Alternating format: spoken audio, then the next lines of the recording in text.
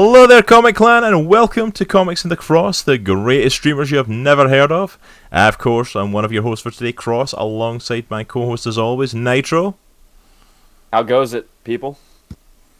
I think it's the first time in a long time we've actually started off the show, and both mics seem to be working and coming through Streamlabs at the same time. So everything's going good. So that's probably the best start we've had for some time. Cross and I are aware that I am a little bit smushed. We are working on that. We'll work on that, but now it's just gonna have to be what it is. So. Yeah, we're trying to work on the cameras and getting the two different setups for it, but it's not quite worked out as we planned. But we'll roll with it. You can see Nitro, you can see me, you can hear us. That's better than some of our streams have been, so we'll go with that. What's up, Watson? How's it going, man? Hey, go up trio in the house. Had a good night with Coop and some of the gang last night as I opened up Valheim for the first time. Nice. And honestly got lost in the game. It was so addictive. We spent hours. Like, I got off there at like freaking 1:30 or something like that. We just lost track of time. Dude, it looks fun. Looks really fun. I missed out. What happened after I left, dude? That is a big mug, Cross. I just felt like I had to comment on that. Yeah. I came prepared. They peer pressured me into staying until 4 a.m. Holy word. Locke, you're on the same schedule as I am. You're in the same time zone as me. How did you stay to 4 a.m.? That's why I got off when I did, because I knew I was just going to end up staying for hours, and I had to get up with the kids this morning, and I'm like, see, it's fine for you, Locke. Your family's still away now. You've got the house to yourself all weekend. You can do the... Locke, just because you're by yourself does not mean you have to submit to peer pressure. Apparently it does. Let me also give a massive shout out to our friend Locksteady. If you're not already following Locke, go ahead and give him a follow. He is going to be streaming on his own channel soon. We're still waiting on that start date, Locke. Come on, get to it. This was your perfect weekend for it. You should have started, man. Oh dear, he doesn't go back to work till Wednesday. I see more peer pressure in your future, Locke. Come on, I'm gonna lie. You should not have announced that publicly, Locke. I know, not to Coop. He's so going to pressure you into being like late night Valheim for the next few nights. Homerhedge.gif. That's hilarious. Locke came back, Benita came in the chat. Nice. Keegan came in, Neil stayed in the chat, Zin stayed the whole time. Nice. Dude, that's awesome. Yeah, the whole crew in there. So, hey, I was happy with what I got done in Valheim. I started it for the first time yesterday, and I got stuff upgraded, I got weapons upgraded, I got leather armor, we beat the first boss.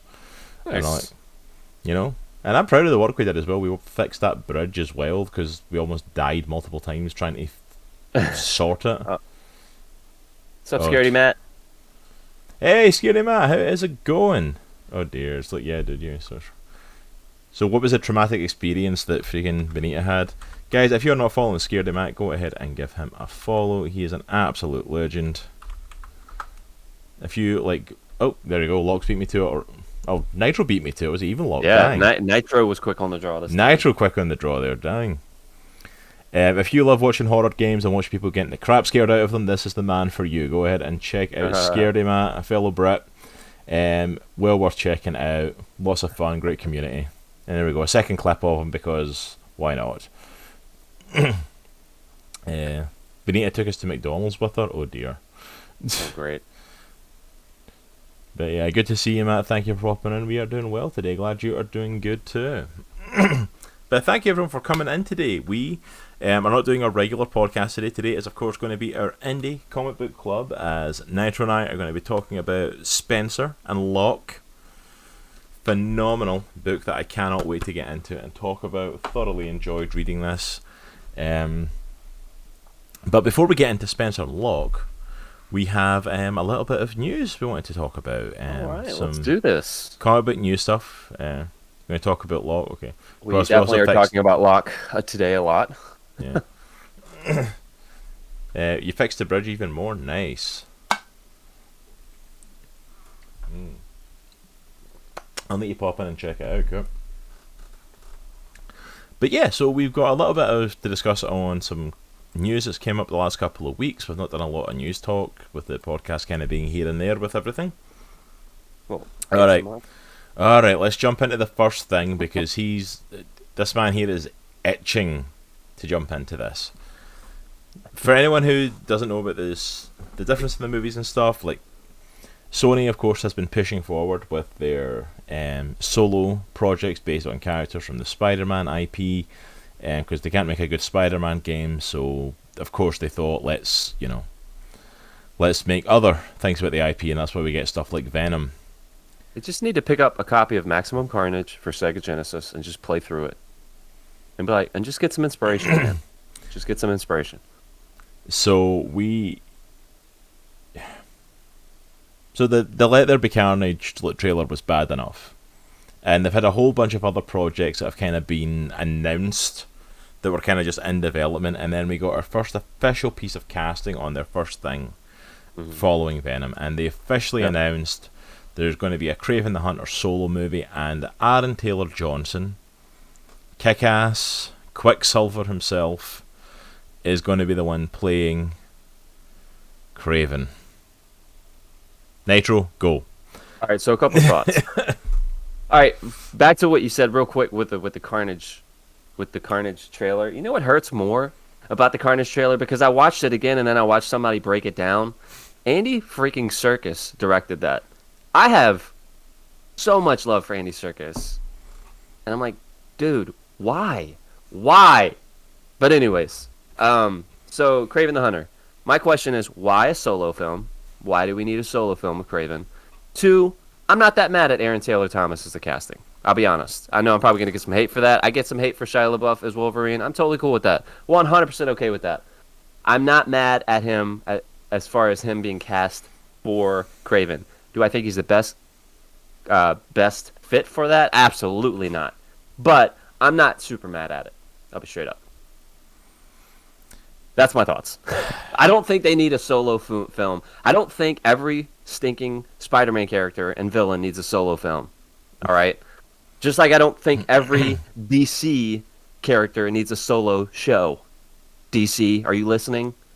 So if you're watching the CW, then no, they're not. So I think like just put him in a movie with Spider-Man. All right, let's do that. Let's just do Kraven's Last Hunt. Come on now, let's just go ahead and do that. No, but don't you want to delve into the deep backstory of Kraven and how he came to be and why he's such an evil villain? And I don't care. I really don't care. The only thing I care about is him fighting Spider-Man. That's all I care about. Hey, Big Ian, how's it going? Welcome on in. What's up, Big Ian? One of our mods, give a shout out to Big Ian for us. But yeah, like it's not that I'm against Aaron Taylor Johnson as Kraven. Like, I think he's a decent enough actor. Like he's a good actor. He's a good actor. Yeah, he's a decent actor. It's not like it's the worst casting ever. But there are so many other people you could have cast as Kraven, first of all. Agreed. You don't crave this Kingpin. No, Locke. Locke, go sit in the corner for that joke. That was a bad one. Just let me argue. That just sounds like me arguing about anything. That's hilarious. But Coop, you argue against stuff that's good, you know. Like, yeah, and Coop, I watched Greatest Showman right before this. Hey, Colorado Daisy, thank you so much for coming on in. I appreciate you stopping by. Welcome to the Comic Clan. This is the way. This is the way. So, like, I'm not... Cause there's so many other people that could have played this role. Literally go do Kraven fan casting. People have been fan casting since it was announced as a possibility, and pretty much any other choice they come up with is better than Aaron Taylor Johnson as the character. I think one of the greatest ones that I saw is Javier Bardem, whatever his name is. Javier Bardem. That's the guy that I'm talking about. Do you want to change your mind on that again? Bardem or Bardem? I don't know, but that guy. You know what I'm talking about. That dude. He would be number one probably in my book. Yeah, like there was a bunch of good choices to play Kraven, and I'm not against him, but it's like one, like kind of like you said, why is there even going to be a Kraven film as well? Like, why do we need this? Like, what's the storyline for it? Like, with Venom, you can kind of get away with it because at the very least, Venom became an anti-hero. He was a villain that became an anti-hero. He became super popular. They threw a whole bunch of villains at him using stuff like Toxin and Carnage and other symbiotes. Makes sense for a Venom film, so you can kind of get away with that. There is no like anti-hero thing for Kraven. He is just a bad guy. He doesn't have villains to face. He fights Spider-Man. Yeah, I mean, that's a good point, because Venom has his own subset of like heroes and villains within his own story. But even still, like when they announced the Venom movie, I'm like, why? Why are we doing a solo Venom movie? Just put him in a movie with Spider-Man, and that will tell the story that needs to be told from a Venom perspective.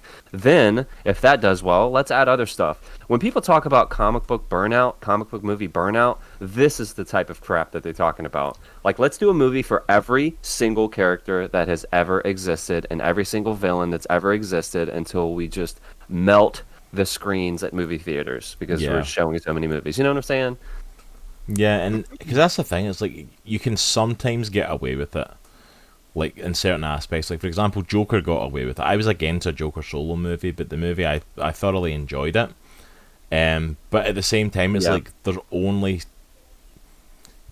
in the back of your head, kind of like what's happening with Venom. Sony is pitching these as to test them for a franchise, and I'm like, they shouldn't be becoming franchises. If you're going to do them, like one off. But but I feel like in Joker's what am I trying to say? Favor? That's not the word I'm looking for. But for Joker, that's like saying Darth Vader's going to get his own spin-off movie, which he kind of already did. But you know what I mean? Like he's a villain. Yeah, he's getting his own movie. His own spin-off movie. But he's one of the best villains of all time. As long as you don't watch the prequel trilogy. He got 3 movies, all right? But like he's one of the best villains of all time, and like the same with Joker. Joker's probably one of the best, I think, one of the most complex villains of all time. So I think him getting his own solo movie makes sense. They got away with it with Joker, but like the fact that they're talking, we need to do a Joker sequel. No, you don't. Don't touch it. Leave it alone. You've set it up perfectly. From where it goes from here, you have to have them face Batman, or it doesn't make sense. Correct. Like even in terms of the character, it doesn't make sense because I'm like he's so intrinsically tied. He's so obsessed with Batman. Like it doesn't make sense to do another. Like you're just making crap up and hoping it sticks to the wall now, and it's like it's not. Much as Marvel gets a ripping for its movies, and I'm like, at least it's cohesive. At least it's trying to stick to kind of comic book stories. It's not just like here's characters you've never heard of. Yeah. That we're going to just randomly make movies about. Like, no, at least they've got plans when they do that. Like Guardians of the Galaxy and Ant-Man are always the big examples. Nobody knew who they were, and it's like, you know what? At least they had a plan for them. They made them work in what they were doing. They weren't just like, hey, let's see if this works. Like, no, they had a full thought out plan for it. That's why they've got their like third movies coming out like in the next couple of years. That's why they've appeared in like multiple movies of their own and Avengers movies, because there was a plan. Yeah. And they didn't do a solo movie with Drax, a solo movie with Star-Lord. You know what I'm saying? Yeah. It was a group. And I know they're a group in the comics, but so is Kraven. Kraven's a group. He's part of this, and it's just 6. Yeah, which is another interesting story that popped up this week, but I'll get to that. Interesting thing with Locke, they're talking about Joker. He just put up an interesting point. The only thing that you could make Joker a franchise is if you literally done different alternate like origin stories. They could do like that would be interesting because like like an anthology. Because he says that in Killing Joke, didn't he? He's like that. I prefer my origin to be multiple choice because he doesn't actually remember his origin. I'm like, that'd be a great idea for a series. It would be kind of cool to have like an anthology Joker movie that does that. That shows all of his origins. That'd be really sweet. And absolutely, Matt, that new Batman trailer looks awesome. Like, give me that Batman along with the Joker we got from Joaquin Phoenix's Joker, and I'm like, I'm sold. I'd quite happily watch that. Agreed. As far as Kraven goes, like, I think the same thing that I think about Kraven that I think about Venom. Venom does not exist without Spider-Man. Kraven does not exist without Spider-Man. Now, he obviously he exists, like he had his own like life and stuff like that, but like him as a character, Spider-Man needs to be there, in my opinion, for his character to make sense within the larger comic book universe. I think the same thing about Venom. Yeah. That's why I think the Venom movie fell flat. one of the big reasons. One of the many big reasons. I'm gonna say it's got many reasons. Chunk, I agree with you on that as well. I'm not a big fan of them doing the Black Widow movie now. I know it's been hyped for a long time, but I think they missed pulling the trigger on that. I think they waited too long, personally. But definitely think it's 5 years too late. But speaking of, like, we've talked about Craven there, so let's jump into another piece of news that came out this week of them pretty much like talking about the upcoming Spider-Man movie. They've kind of hinted at it already, but the Spider-Man No Way Home is supposed to be hinting at the villains for it is going to be a multiversal Sinister Six. The roster's supposed to include, make sure I get everybody here, is meant to be Willem Dafoe's Green Goblin, Alfred Molina's Dr. Octopus. Who else is meant to be in it? We're going to be getting Jamie Foxx's Electro. Who else was that? I think there's talk of Rhys Ifans as Lizard coming back. Okay. And I'm trying to remember who the other two they said were. Paul Giamatti's Rhino is apparently rumoured. Who is? Oh, Paul Giamatti still? Okay. Yeah, Rhino, and I can't remember who the sixth one was. A Sandman, I think it might have been. Okay. From Spider-Man 3. So it's literally like villains from the previous Spider-Man franchises coming together from a multiversal standpoint to come together. And the No Way Home, apparently the rumour is that that's meant to be relating to them, not Spider-Man. Right. That they basically are leaving their universes, basically looking for something new. So, first things first, I feel like I need to address the chat because Big Yen is dropping some truth. Joaquin Phoenix is 1,000% better as Joker than Jared Leto. No argument. No question about it. Thoughts on the Loki series? I'm excited about it. I want to see where they go with it. It looks super interesting. I'm excited. I'm reserving judgment on it just because, like, I had thoughts on WandaVision and then the show went in completely directions I didn't expect. So, like, I want to wait and see Loki before I make a final call on it because, like, this show's probably going to go places I never thought about. Rhino, I don't know if I want to recast Rhino because I love Paul Giamatti. I just feel like they need a redesign on Rhino. I like Paul Giamatti. I just think he didn't get anything to work with. I agree. That whole movie sucked, but that's just another story. All right, so here's my thoughts. Here's my thoughts on the movie. Here's what I think is going to happen, and I don't know why they're so vehemently denying that Tobey Maguire and Andrew Garfield are in it when they so clearly are. Here's what I think is going to happen. Somehow, a multi-dimensional portal is going to get opened up, and all these villains from all these different timelines are going to come in, and it's going to take more than what's his face? The dude who plays the Spider-Man now. What's his face? Tom Holland? Yeah, Tom Holland to beat him, and he's going to have to pull in Spider-Mans from the other universes. It's just going to be this huge epic movie. That's what I think is going to happen. Yeah. I don't know about the villains, man. I was not a huge fan of Jamie Foxx's Electro. I was okay with the Lizard. Not 100% with that. Sandman, I felt like that was really kitschy, in my opinion. If they don't bring back Michael Keaton as the Vulture, that's a huge drop, in my opinion. A huge loss. Yeah, which would be a nice little thing to tie everything together as well. Actually have one of the villains from the current run. Because that's my big thing as well, is like apparently they're setting up for the Sinister Six for this. But they were clearly setting up the Sinister Six in the current universe. Because we had Vulture, we had Mysterio, who's dead. Like, I still don't believe he's fully dead. I think he's going to show up again. We had Scorpion set up. Matt Gargan was one of the thugs that was in the first Spider-Man Homecoming. Like, we're clearly setting it up for a Sinister Six sort of situation. In the current universe. It just doesn't make sense to, like, start setting that up and then go, oh yeah, we're just going to go into the multiverse for the whole six. I'm like, maybe for a couple of members. Like, and have a couple of members, like, maybe not set up Scorpion, but you've at least got Vulture there. And I'd love to see freaking Mysterio back. I thought he was a great idea for a villain. I'd love to see those, so... so, into the chat, Doc Ock was amazing. Alfred Molina, legend. Love the phenomenal. man. Phenomenal. He's an actor. All right, as far as ratings of the Jokers, for me, I think Ledger and Phoenix are almost tied in my opinion. I know people differ, but in my opinion, I think they're almost tied, and for different reasons. I think I like one for different reasons than the other. I really like Jack Nicholson as a Joker. I know it's a different type of Joker, but I really, really like him as Joker. and I agree, Joss's version of Leto, or Yeah. or whatever, the Suicide Squad version of the Joker is just the bottom of the barrel for me. Yeah. But for that, chat's popping off here. I can barely keep up with it. Yeah. But yeah, in terms of Jokers, like I kind of agree with Locke. My Joker's always going to be Mark Hamill's Joker. Yeah. He just personifies that character. Like he never played him live action.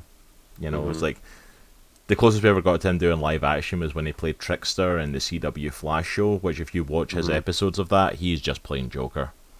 Yeah. But kind of like with what Nitro said, like Ledger and Phoenix are very even for me. It's hard for me to pick one over the other because both their styles of Joker are very different. But yet so similar at the same time. So Yeah. but yeah, Leto's is definitely down. Even the ones in Zack Snyder's Justice League, like it's better, but I'm like, you're still so annoying. Yeah. Yes. literally- Annoying. Annoying is the right word for that. And yeah, big in for the Spider-Man, they definitely hint heavy at multiverse stuff. They've been hinting at multiverse for a while now with the stuff of doing it with WandaVision now. Ever since they announced Doctor Strange and the Multiverse of Madness, have been hinting that multiverse stuff is coming. So, in Spider-Man, they did heavily hint at that. I just think they were setting up stuff in their own universe as well, so you don't want to lose one over the other. Yeah. And I'm like, I only want to see them bring all these characters together from the previous Spider-Man stuff if they've got a good enough story for it. Yeah. Yes. Agreed. I don't want to see them force all this stuff together, and I don't want it to be a case of like getting asses in seats. You know what I mean? Yeah. I don't want it to be a case of like that. Oh, if we bring all these previous Spider-Man things together, it'll get butts in seats for a Marvel movie, and it's like, because Marvel doesn't need that.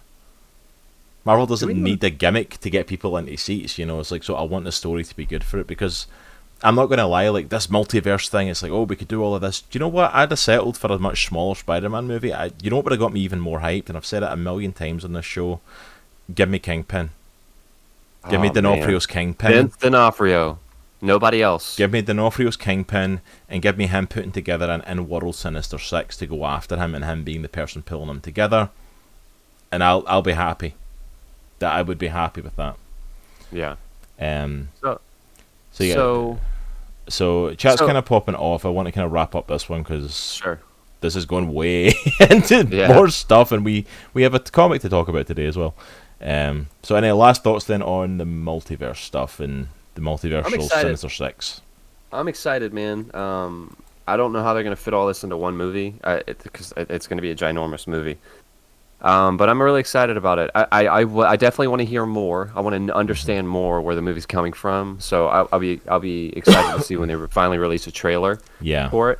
Because it's coming out later this year, obviously. Yeah, it's coming at the end of the year, so we should hopefully be getting a trailer some point during the summer, I would imagine. Yeah, I would think at least with Black Widow next month, right? So. Yeah. Oh, you would think so, but you know.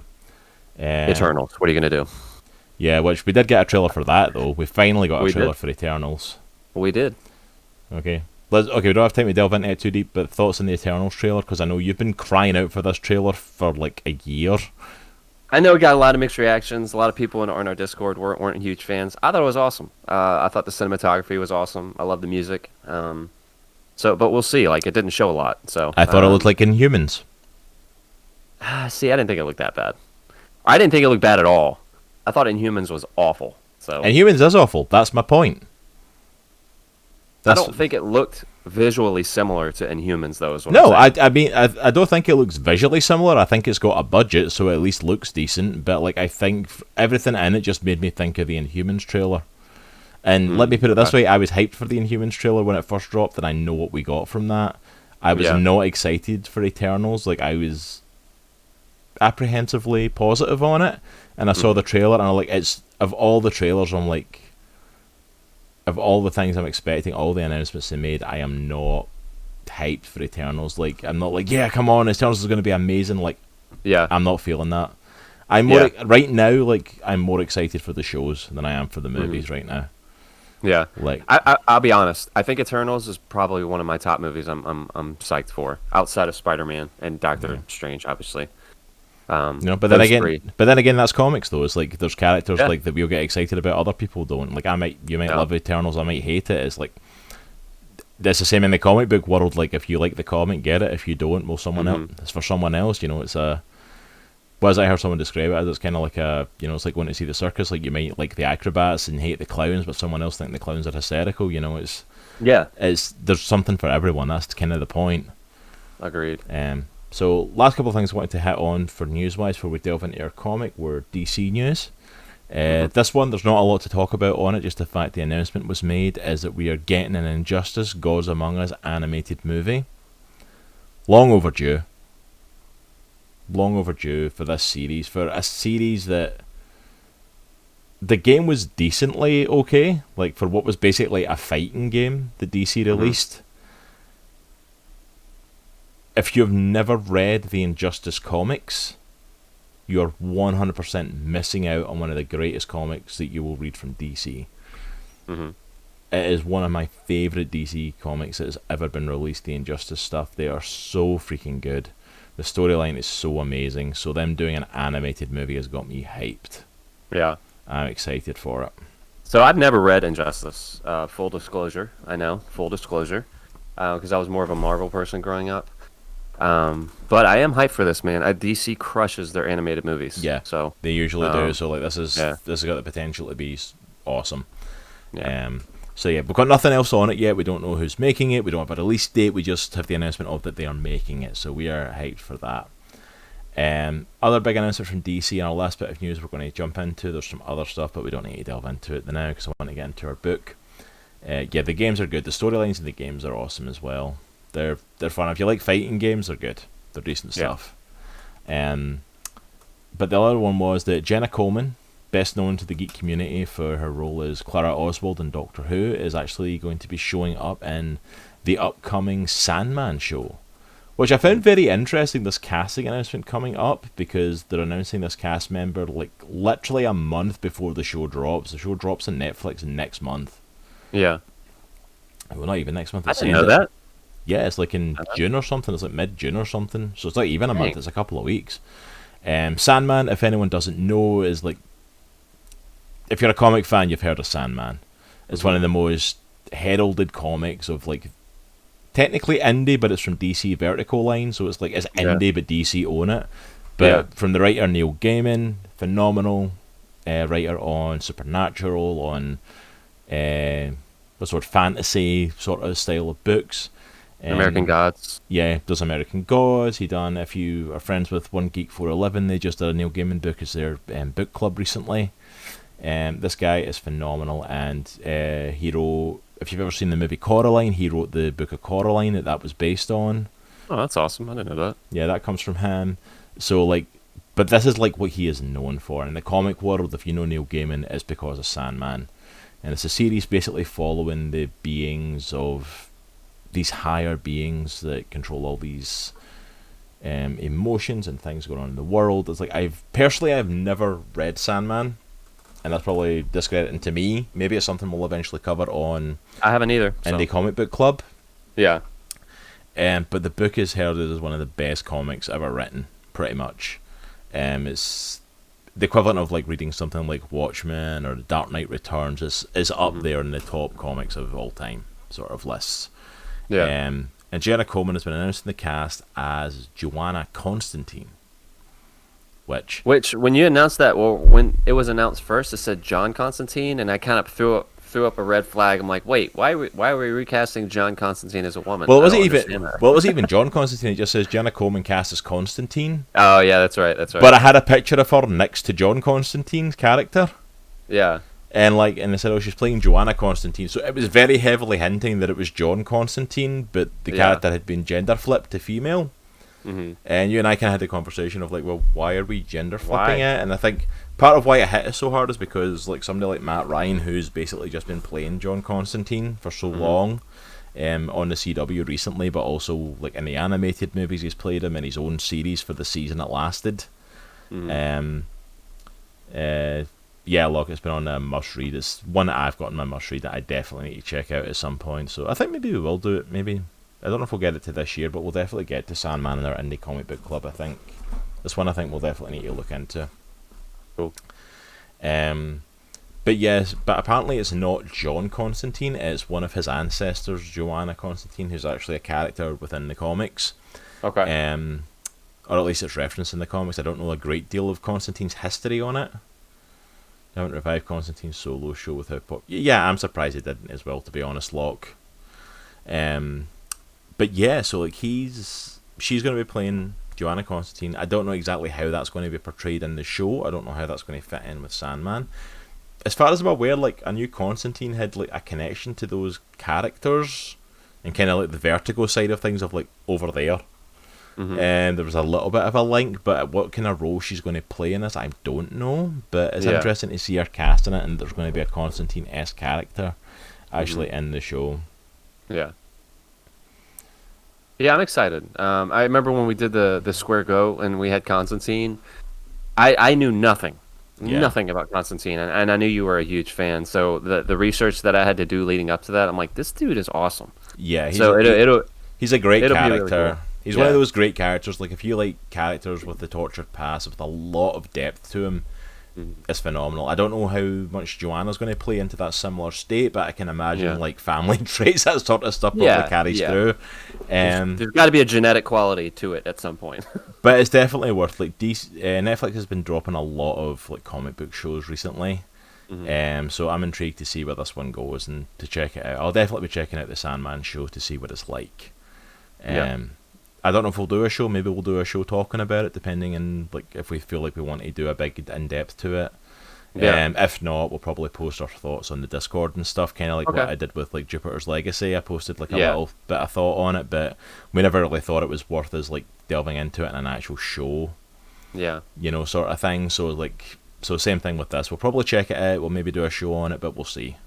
Yeah, if we want to, we will. If not, we'll just post our thoughts on Discord. If you guys really want to hear us talk about it and get involved in the conversation, let us know. Like, if you really want to, we'll check it out and talk about it, but we'll see how we feel with the show. Like, if I get through the first couple of episodes, I'm like, this is a load of crap. Like, I'm not going to waste an episode of the podcast talking about it. Yeah. But I think that's us for our news, pretty much for today. Sweet. So we are going to jump ahead into our actual indie comic book club for today, talking about, as we said, Spencer and Locke. This is part one of a two-parter that we're doing with the podcast, as next week on the show we'll be talking to David Pepos, the writer of Spencer and Locke. So we're going to be delving into this book, and then we're going to get a chance to speak to the man himself, talking about not just Spencer and Locke, but his other projects that he's got going on just now. We're reading through his most recent release, Scout's Honor, which I've got a copy of it here. So Scout's Honor, we picked up some issues of Scout's Honor. I've been checking those out. I've read the first 3 issues of that so far. I've still got this issues 4 and 5 to go, and honestly I've been thoroughly enjoying it.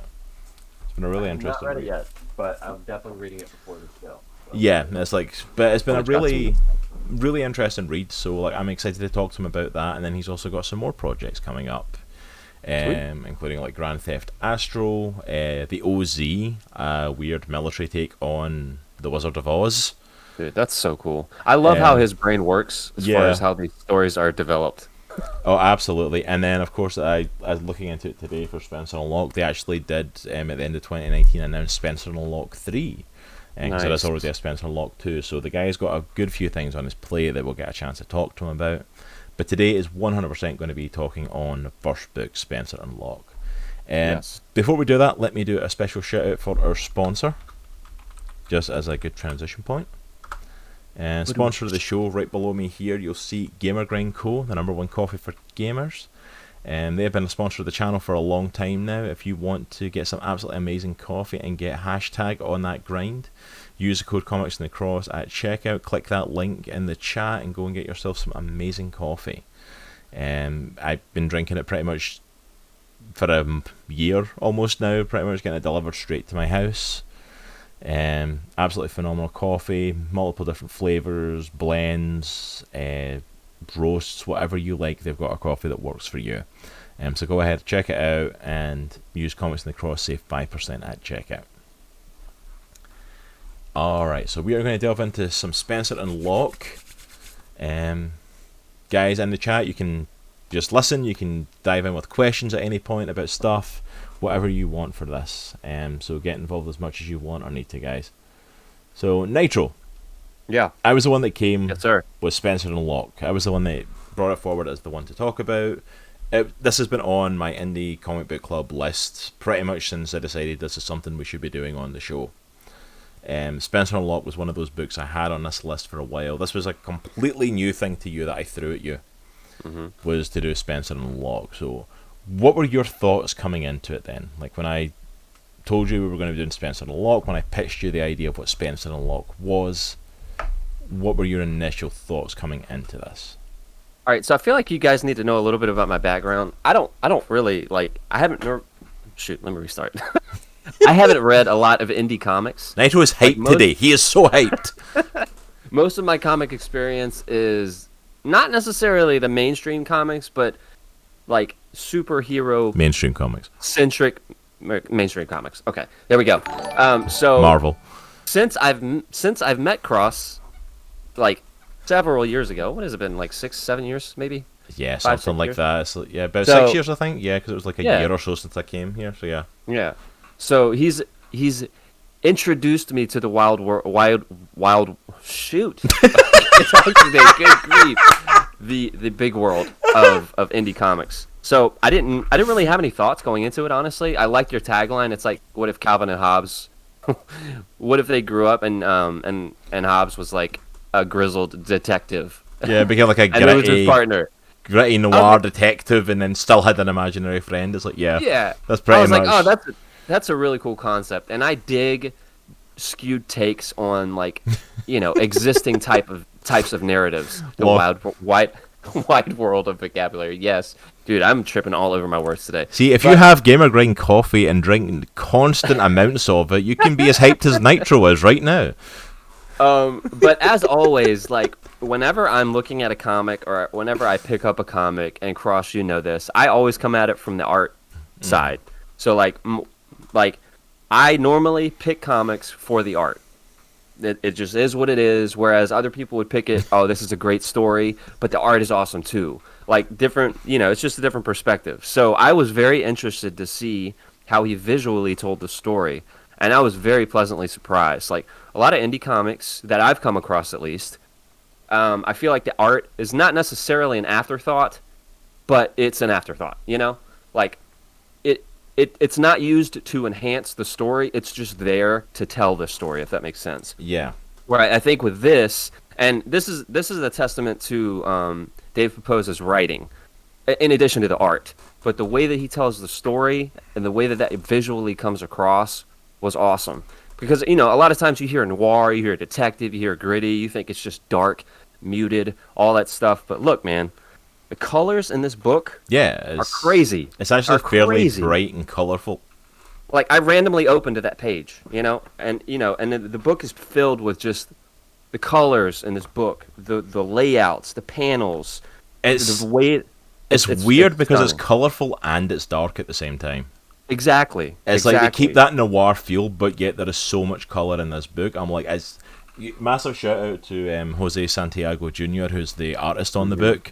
He did a Yes. phenomenal job with this. He absolutely killed this book completely. Yeah, don't make fun of me. We saw it. Don't make fun of me. I was gonna say- I will delete that file.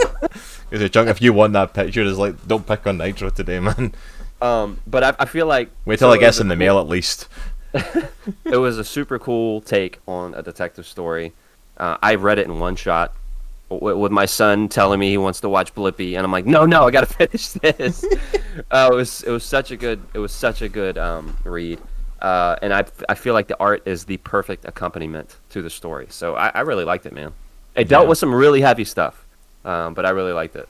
Yeah, like I heard about this book a couple of years ago when it first came out. So this book's been out since, I want to say 2017, 2018. So it's been out for a few years now. Because anyone who doesn't know has actually already got a sequel out, as I kind of mentioned. Like Locke and Spencer 2 has already been out as well for a little bit, and number 3's on the way. So I'd heard about it, and it's like I'd heard about it. It was actually off of a YouTuber who was doing like his top 100 comics of the year sort of thing. He does like a big countdown of some of the best comics, and it's one of my favourite ones to watch because he opens my eyes up like, hey, there's some really cool indie comics out there that you've never heard of. Yeah. And this was one of them. I'd never heard of David Pepose before this book. I had never heard of Spencer and Locke. I'd never never crossed my mind to Yeah. check this out. And he was the one that really pitched it in his video and like really got my attention up for it. And just because like it was such an intriguing story, because it literally takes what is a fun little comic strip of Calvin and Hobbes, you know, and that is the basis of it. And even like speaking of the art, like there's so many flashbacks in this story, like the artwork, like when the flashbacks is literally like Calvin and Hobbes. Yeah, so this is one of the first panels. Yeah, this is the first page. Like it literally opens up Yeah. onto like a style of Calvin and Hobbes looking artwork. And then it So- quickly goes dark. Yeah, we'll get into that. Don't worry, it goes dark before you even get off the first page. But yeah, so it really takes that inspiration from that. So like, and I'm speaking to someone who never grew up with Calvin and Hobbes. Calvin and Hobbes was kind of there in the UK, but in Scotland, like we never really had it. It wasn't as prevalent as it was here. Like everyone like Yeah. kind of knows Calvin and Hobbes here in the States. Like it wasn't as prevalent a thing. So like I knew bits and pieces of Calvin and Hobbes. I knew like some other stuff, but not drastically. Hmm. But to see someone taking that story and basically taking what is a kid playing with his imaginary friend and taking it to, well, what happened if he grew up and became a police detective and he still had that imaginary friend? So you just by doing that, just by aging him up, you've all of Yeah. a sudden changed this concept of a fun kid playing with his imaginary friend to he's got a mental health problem. Hmm. Because you should not be like in your 20s and 30s and still talking to an imaginary panther. Yeah, yeah. You know what I mean? It's like just that alone was like boom, switch. It just flips it right on its head just by that concept, and I'm like, and then the concept of like, oh yeah, he's a police detective, and he's, as far as he's concerned, Spencer the Panther is his partner. Yeah. Not just like as his friend that he can see, like no, it's literally his partner, and it's literally like a kind of like a buddy cop noir to a certain extent because the two of them are playing off each other. Hmm. But at all times you are aware Spencer isn't there, it's in his freaking head. Yeah. And not only is it in his head, but like he is literally still carrying this stuffed panther with him. So it's not even like he's just imagining him, he's actually taking this stuffed toy. And we get into the reasons of why he does that, and we'll get into that as we get into the story. Like I think it becomes very clear why that's taking place. But that alone was like, I need to read this book. Yeah. I need to see what is happening in this story, why this is, you know? Mhm. So, sorry, Locke in the chat said it kind of reminded him of the Chris Maloney show, Happy. Locke, I thought the same exact thing. Yeah. He hallucinated the talking unicorn, difference between imagination and adult mental illness. Yeah, absolutely. That's exactly what it's like. It's like it changes everything just by having him be older. I gotta get going, meeting up with my mom. See you boys Hey, Watson. tonight. No worries, man. Have a good night. Take care, bro. But yeah, Locke, can you do a shout out for Co-op Trio since he's heading out? But yeah, so like I've been intrigued with this book. This has been on my list when we started doing Indie Comic Book Club. This was one I'm like, I have to read this. This is the perfect opportunity. I've never had the chance to actually pick it up. This is the chance to grab it.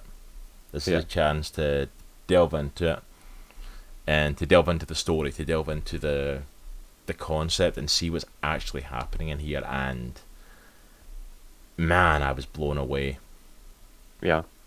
I was blown away, and I said it to you before we came on stream, and we're going to get into the ins and outs of it. This legitimately might be one of my favourite comics I've ever read. Yeah. Like, legitimately, like, I was completely engrossed with this story. So we're going to delve a little bit deeper into some of this stuff. Shout out to anyone as well who's watching that prefers the family-friendly stuff. Going to Spencer Locke, there is a lot of dark stuff in this. Yeah. But it's part of the story. Like there's hinted at nudity, but we don't actually ever get any nudity. Mm-hmm. There's cussing a few times throughout the book. Hey, I'm not prepared. How is it going? Welcome on in. Locke, can you do a shout out for One Geek 411? I am not prepared, of course. One of the One Geek crew popping in. Thank you so much for stopping by. So yeah, there's hinted at nudity, but you don't actually see anything. There's cussing a couple of times throughout it. there's a few moments of kind of intense violence, but most of it is very much the dark themes that come out through this book, and we'll get into that as we. That's like the best clip ever to play. 1Geek411. Thank you for joining us. We'll be starting soon. Oh man, that's funny. That's like the best clip they could have played from that. But yeah, so we're going to delve into this, and I'm going to delve into the story of this, and yeah, just be prepared if you're not a fan of really dark stuff. This is going to get really dark at points. Yeah. Like literally from the first page. Mm-hmm. Like it sets up like it's a nice normal like Calvin and Hobbes-esque story, and then by the end of the first page it's like completely goes off the rails. So do you want to just delve into issue 1 then? And start Yeah, through let's the do story? it. Just go for it. Let's do it. Yep.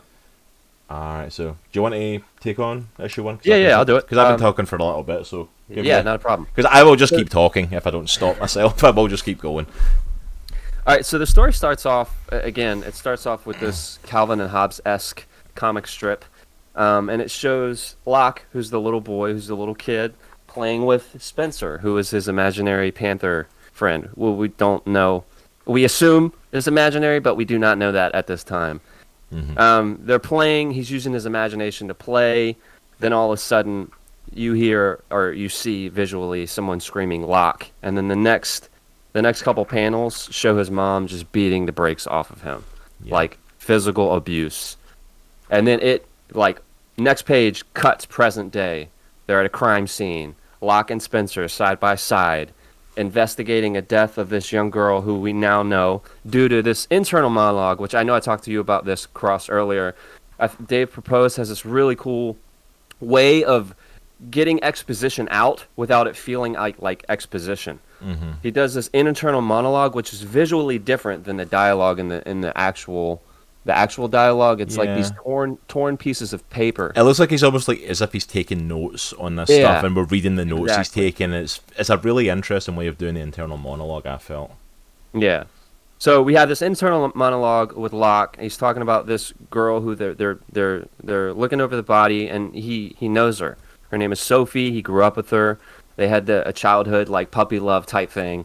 And then you see Spencer getting ready to do his detective work. He's putting on the gloves. He's sniffing the blood, and then so you get the feeling that they are a detective team. They're partners. They're a partner team, right? They're two detectives. You don't know that it's an imaginary friend yet. And by the way, spoilers. We're gonna get into some heavy spoilers if you want. Oh yeah, we're going. This is any comic book club. If you've watched this show at all, we get into spoilers of the comic. We go through it and talk about our thoughts on it. If you don't want to be spoiled on Spencer and Locke, 100% go pick this up for yourself. It's definitely worth reading. Even if you stay with us, I would recommend picking this up for your comic library. It's worth checking out. Yeah. So the next shot shows them. They're kind of in a diner. So they're. Can I just before we get into the diner? Can I just show this page off? By the way. Yes. Can I just show this art off? Like, look at that. That's your selling point right there. That just looks... Yes. I want that as a poster. That's sweet. Yes. That's so cool. Sorry, I just seen that as I was flicking over there. No, it's all good. I'm going to show some panels too as we come across them, so it's all good, man. But the next couple pages, they're shown at a diner, and you can see him. Locke is across the table talking with Spencer. They're talking about the case. Funny, the waitress comes up and is like, "Who are you talking to?" And then it looks back over to Locke, and he's sitting across the table from a stuffed child's toy panther, and a couple cool visual details that are really cool. So when Spencer and Locke are talking towards the top of this page that Cross is holding up, you look at Spencer. His tie is kind of shorter than a normal tie. He has a button for an eye, so you're like, okay, something's off here. He's drinking an apple juice. Which I'd like to point that out as well. Just saying, like with the button for the eye, it's like. At this point, you could think this is just a world where humans mix with anthropomorphic animals. Exactly. But it isn't until this panel is the first time we see his left eye. It's in shadow for the rest of it. And that's the first time we see it, and that we see he actually has a button for an eye. Yeah. So now it's revealed that... Why is that being held? That stupid auto mod. It literally held it because he said late in food. And I'm like, what? So, obviously, it's revealed now that, okay, So Spencer is Locke's imaginary friend. Okay, what's that all about? So that's basically what a big portion of the rest of the story is about.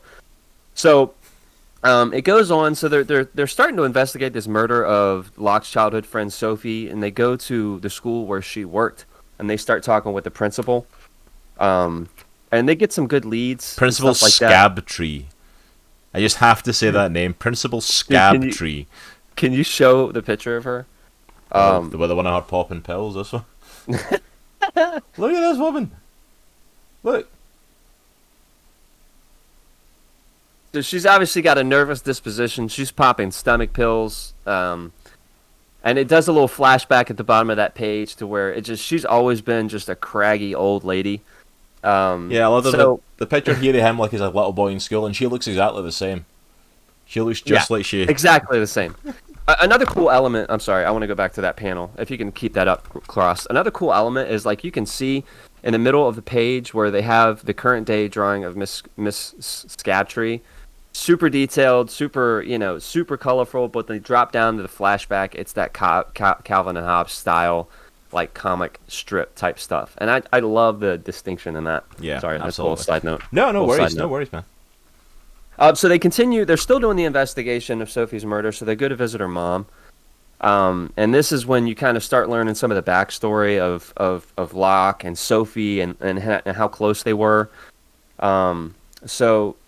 Sophie's mom kind of lets them into the house, lets them kind of start looking through her things, and then they hear something in a closet, and they find Sophie's daughter, whose name is Hero. Her mom named her after someone in a book, basically. So superhero. So when this panel happened, all right. So this is what I'm talking about. I feel like this book has heart. Like a lot of books lack heart.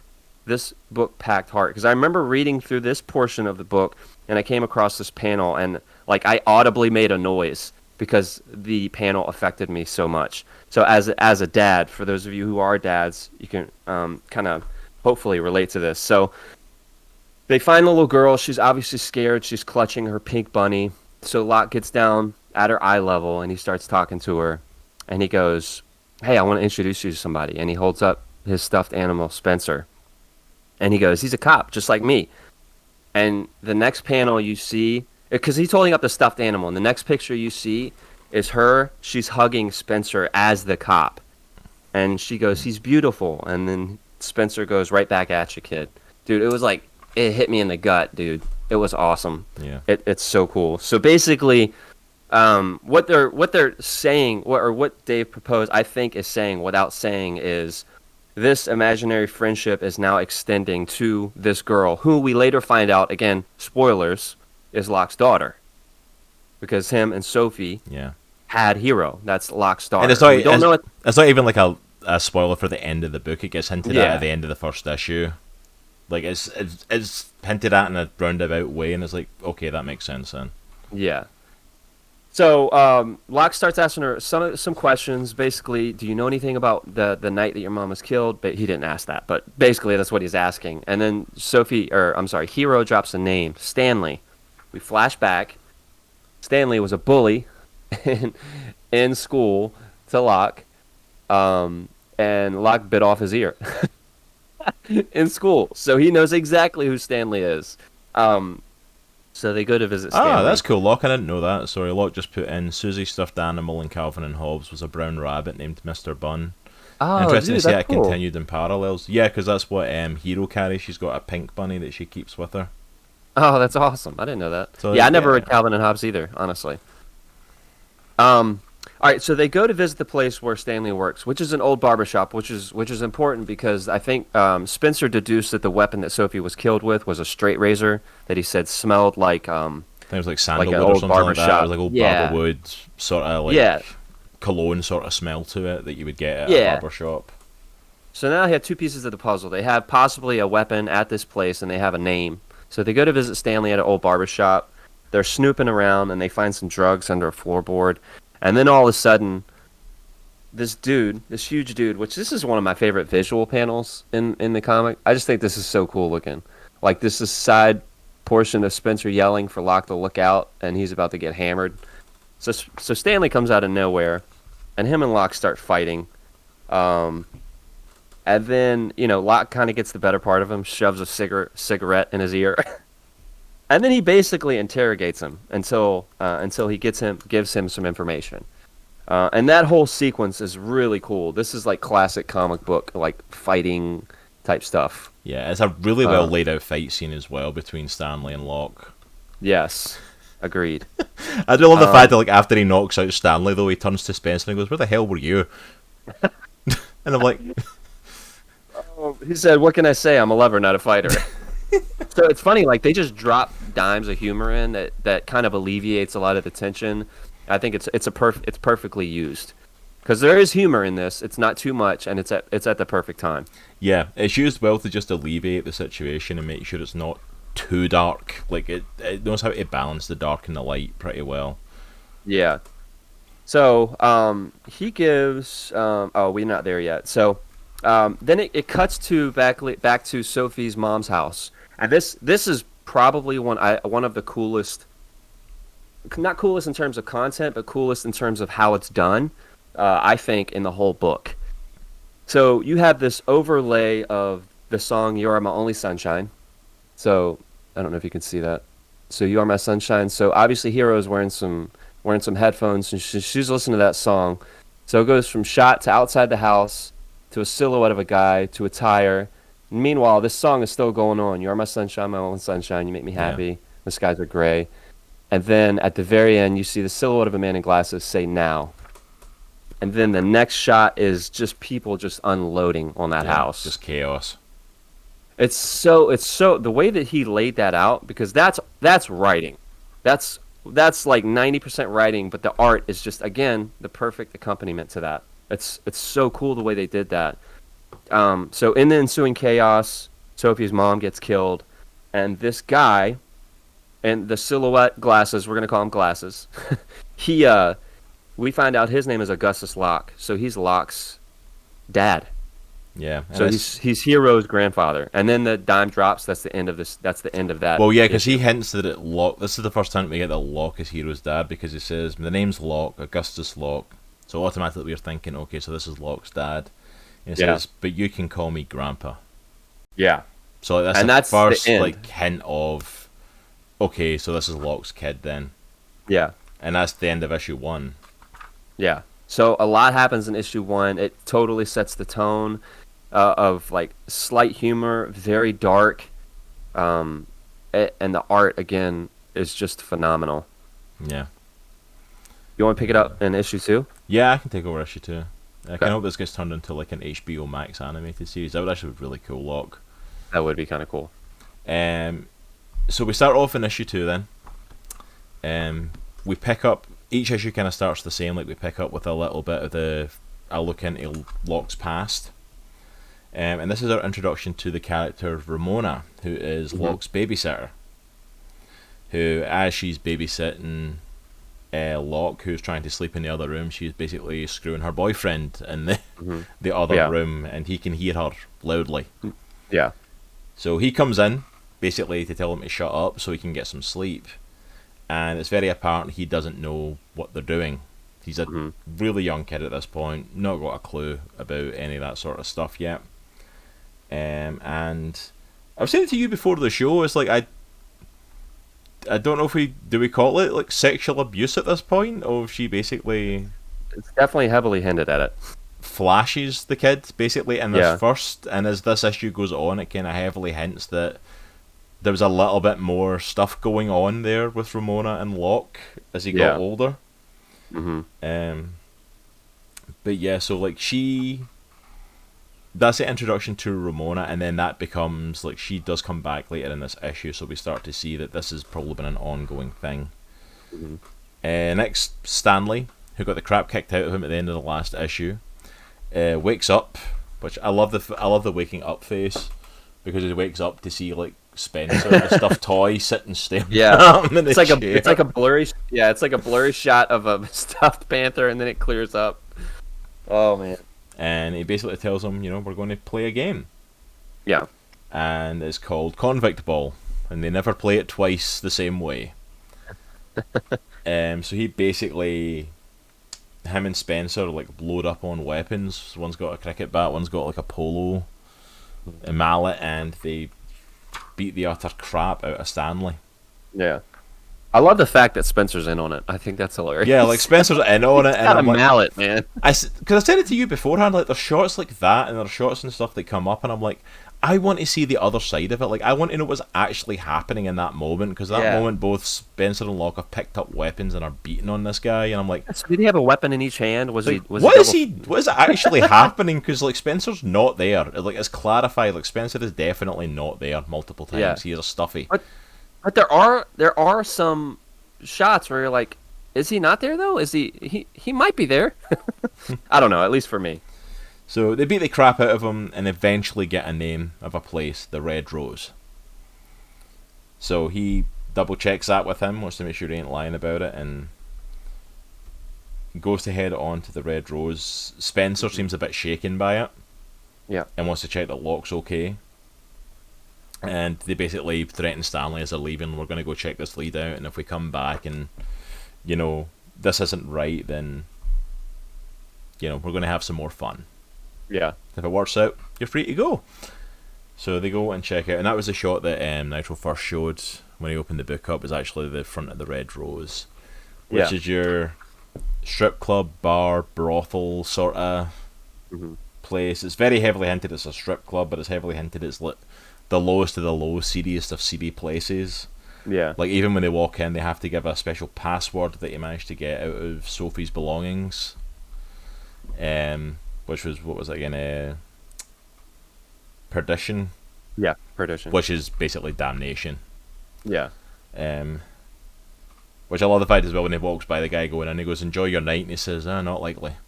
Yeah. I doubt it. Yeah. So he goes in and he's got his running monologue pretty much going on the whole time that he's here, trying to work out, like, you know, like we're going past some big time people here, like there's some like lawyers here, there's like, you know, city councillors here, and there's, you know, we're going to sit at the bar, we're going to try and blend in, we're going to try and not be noticed if you don't mind, here. Cross.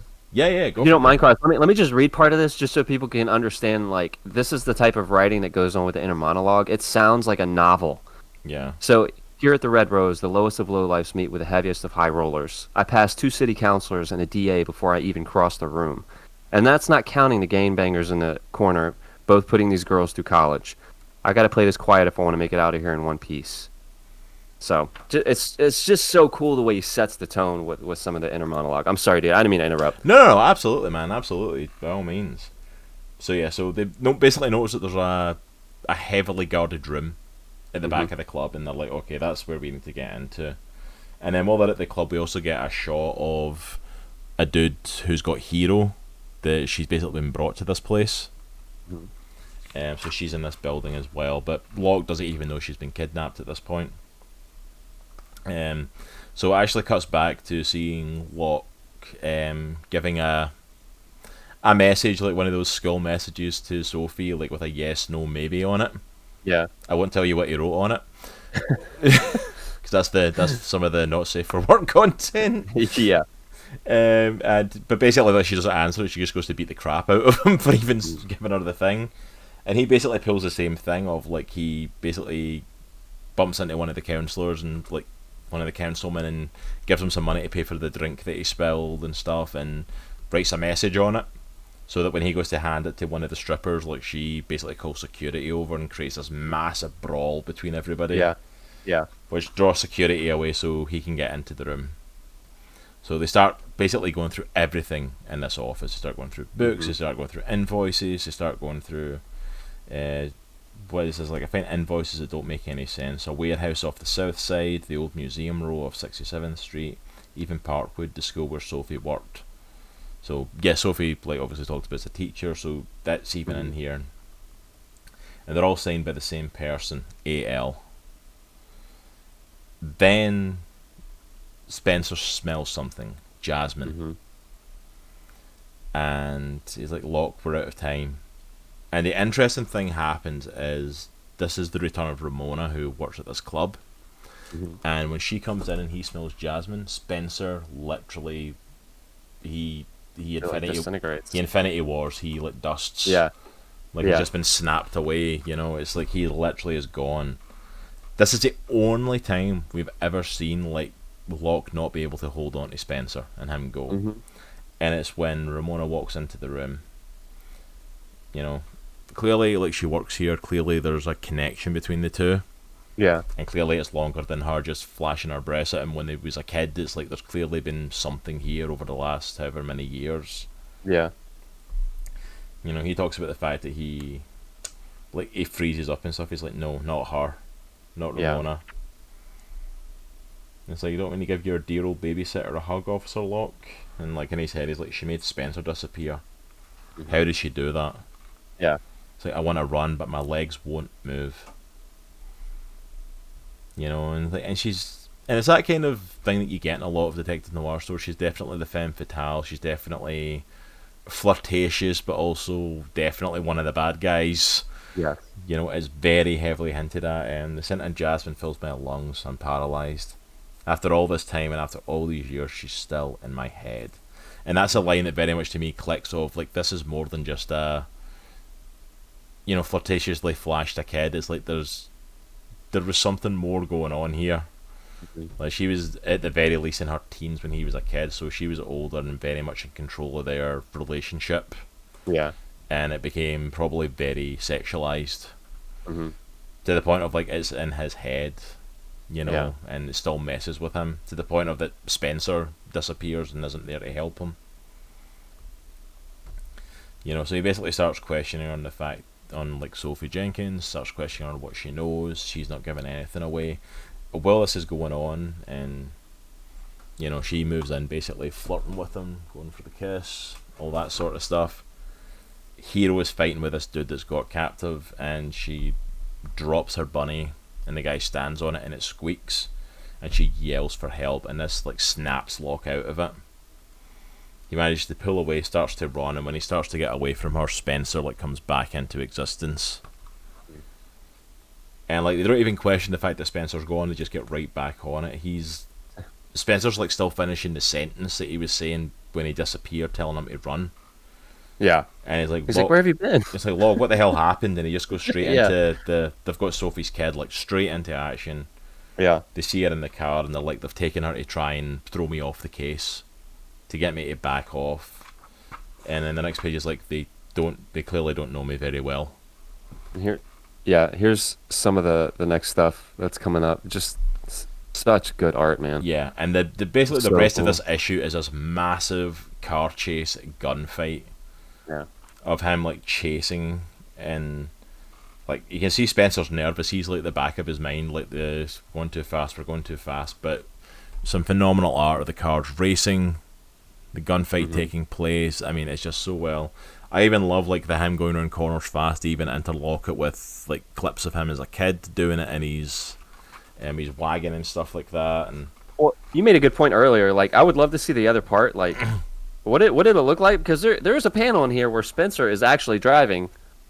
Like, yeah, he's legit. What does that look like in real life? He's legit driving. Like this scene right here, Locke is hanging out of the car window, both hands on the gun, and I'm like, that car has to keep going that way. Like they don't crash or anything while that's happening. I'm like, what in the world are you doing? Because how are you pulling that off? Because Spencer's trying to keep it on track. They end up skidding to a halt as they're chasing this other car because it gets hit by a semi coming the other way, takes them out. Then as they're trying to race round it and trying not to crash, Ramona pulls up in another car and starts driving alongside him. And he starts to kind of freeze up again. You get this really cool scene of her pulling up next to him and Spencer, or Locke, sorry, like starting to freeze up again, and you even see like Spencer disappearing. He's like, I'm frozen. The scent of jasmine fills my lungs. I'm sorry, Sophie. She's in too deep, and I can't even pull the trigger. Yeah. And then like he hears something screaming his name, and then he thinks, but then I see her, Hero. I know exactly what will happen if I fail her. Suddenly, my hands work again. Like he unfreezes, thinking about needing to save the kid, and boom, gets Ramona right between the eyes. Yeah, And then and that's a really cool shot. I mean, no pun intended. well, that's But a really cool shot. But yeah, just the way that he lays that out, or they lay that out, and that. yeah, it's done really well. So yeah, so that car goes off the road and crashes. But as they're dealing with that and Locke's eyes are taken away, Spencer actually spots that Hero is actually in the middle of the street. Hmm. She's actually out of the car, she's unscathed, but she's in the middle of the street, so they skid to try and stop, and their car launches over her. And then it goes black, and he's basically passed out. You can see his eye open, and he grabs Spencer, the stuffed toy, and holds on to him as he gets dragged away by one of, I guess this is like henchmen, Hmm. and that's where issue 2 ends. It was intense, dude. Yeah, that's an intense issue. So we're halfway through. So how are you feeling at this point? Like going in the first issues, what were you thinking at the end of these then? I was I was feeling like it was a lot more intense than I thought it was going to be. Mm-hmm. Um, I really like the story right now in this. When I was reading through it, the story was super compelling. Like the small little details of like Spencer disappearing when he saw Ramona. The the way that they laid out some of the scenes with Spencer and Hero. I was in. Mm-hmm. You know. Uh, what were your thoughts after you got past the second one? Oh, I think at this point, like I was all in this by the end of issue 2 at least. Like issue 1, I was pretty much in on it, but just the path that issue 2 took, like it's a really phenomenal like detective story. It's really well done and really well Yeah. written in that aspect of it. But Hmm. just the flashbacks to like him as a kid and the flashbacks to the stuff that he's gone through and the stuff that he's experienced and Hmm. like as the book goes on and even it goes into the next issues, like you really start to have a heart for Locke and what he's been through as a kid. Like Yeah. all this trauma, all these horrible things he's experienced. Like seeing the stuff with his mom, seeing the stuff with Ramona, seeing how it's affecting him mentally since he was a child. More of that's already coming because we've been introduced to Augustus Locke, who it's not specifically been said it's his father, but it's quite heavily hinted at this point that it's his father. Yeah. And it's like just I was in like I need to know what happens at that point. I'm like Hmm. I need to get through issues 3 and 4 because like I need to know what happens next. I need to delve into this. Yeah, and at the end of issue 2, they show him being dragged out of the car by you're assuming the bad guys, Augustus Locke and his ilk. But the thing is, he's holding Spencer by the hand and he's dragging him along with him. Yeah, making sure he comes That with him. that kind of sets up for issue 3, and I'll dive into that if you want. Yeah, you can Cross. take on issue 3. Yeah, issue Yeah. 3 is intense and It's crazy. probably the weirdest of the 4 issues. Yes. So the whole premise of issue 3 is that Locke is captured, right? Locke has been captured by Augustus Locke's goons, right? And they have him strapped to the table. And Augustus Locke's whole thing is he is a drug runner, right? And he needs to test certain different types of drugs. And now that he has a unwilling participant in said studies, he starts to shoot him up. But before we get to that, right off the bat, again, it starts off with another Calvin and Hobbes-esque comic strip. This time, Spencer and Locke are what are they? Not astronauts is not the right word, but Yeah, they're kind like of space. they're spacemen, kind of space like from the old, explorers. kind of like the old school space adventurers, like like Yeah, Flash Gordon with the big or shoulder Buck pads and the ray Rogers, or guns. yeah, like the old school like 1950s esque sort of like Buck Yeah. Rogers or Flash Gordon before like not the modern esque ones. And he's Rocket Man Reynolds and his faithful sidekick Panther. So it shows Spencer and Locke. They're obviously playing using their Yes, imagination. look, absolutely. Spaceman Spiff that Calvin used to dress up as, absolutely.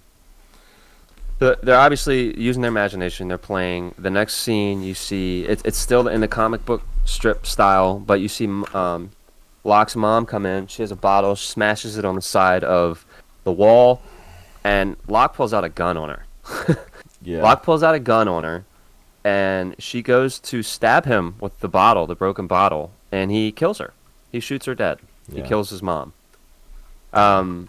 And that theme is an important theme throughout this issue because he comes to that realization throughout this issue, and it hits him at varying degrees. So let's jump right into it. So Yeah. he wakes up on a gurney. He's strapped down. There's this weird looking like doctor over him who's getting ready to inject him with a hallucinogenic drug. You see the drug take effect, and you see a really cool panel. You see the doctor basically turn into a monster and split into three. You see it's just taking hold of him, and then you see a heart rate meter start going up. So you know stuff is about to go down. So they think he's died on the table, and then all of a sudden they start unstrapping him, and then he gets up, and then he just starts going ham and starts killing all the people around him. And then this is cool. This next shot is his imaginary counterpart from when he was a little, Rocket Man Reynolds, but all grown up, like real style, like him actually dressed up as Rocket Man Reynolds. So basically, the next several pages are him dressed up like Rocket Man Reynolds, killing what he thinks are aliens, but in the real world are actually the goons in the warehouse. And one of the cool things that I mentioned to Cross about this is, so the inner monologue in this story so far has been all Locke. It's been all Locke. And it's been really cool exposition, but it's been all Locke. You never hear Spencer's inner monologue because Spencer's not real, right? Mm-hmm. Spencer's an imaginary panther. Imaginary panther detective. A really cool thing that I think they do is they flip the script. So now that Locke is in a hallucinogenic state and he thinks he's Rocket Man Reynolds, the inner monologue switches to Spencer. So Spencer basically takes over the logical mental process of Locke. Spencer starts figuring out what was injected into Locke. And meanwhile, you get some really cool shots of just Locke just going ham on people. So, like, you can see he's the Spaceman Reynolds right here, but in real life, he's just choking a dude with a tie. But he thinks it's this dude. He thinks it's a huge monster. And then he keeps getting flashbacks to his mom about killing his mom, and he's like, I've got blood on my hands. He looks at his hands. There's actually blood on his hands. There's a flashback shot of his mom holding the bottle, and that is fueling his anger during this psychotic break, this psychotic drug-fueled break. Hey, Chunk the Hut, thank you for the sub gift, man. Yeah, thank you for Appreciate gifting the it. sub to I Am Not Prepared. Welcome to the Stan Clan. Get the Stanley emotes in chat, people. So here's some of the inner monologue from Spencer right now. He says, I follow the sounds of screams and pray they aren't his, talking about Locke. His heartbeat echoes in my ears. It's fast as a drum, louder than a machine gun. But I keep listening. It means Locke is still alive, and that's the best news I've heard all night. Put yourself in his shoes. He's confused, scared, possibly in shock. Think, what would Locke do? What's going through his mind right now? So this is all Spencer talking. It's so cool. And this is a really cool shot. And it took me my second time reading through this to realize what was happening here. But in every one of these images, he's obviously killing a goon in the warehouse, but he's a different imaginary person in each one of these scenes. Imaginary person that obviously him and Spencer came up with when he was a kid. So you can see in every single scene he's somebody different, but he's destroying them. And he's holding this guy who he just beat the brakes off of, and he sees Sophie, his former girlfriend that he's detective going over her case. And she's now the queen, like an alien queen. So his mind is all over the place. Like, he's all over the place. And then all of a sudden you cut back to not Locke's mind, but Spencer's mind, and you see that somebody is aiming at him with a sniper rifle, and he's standing beside a bunch of helium tanks. And the next thing you know, it's just huge explosion. And Locke's still hallucinating?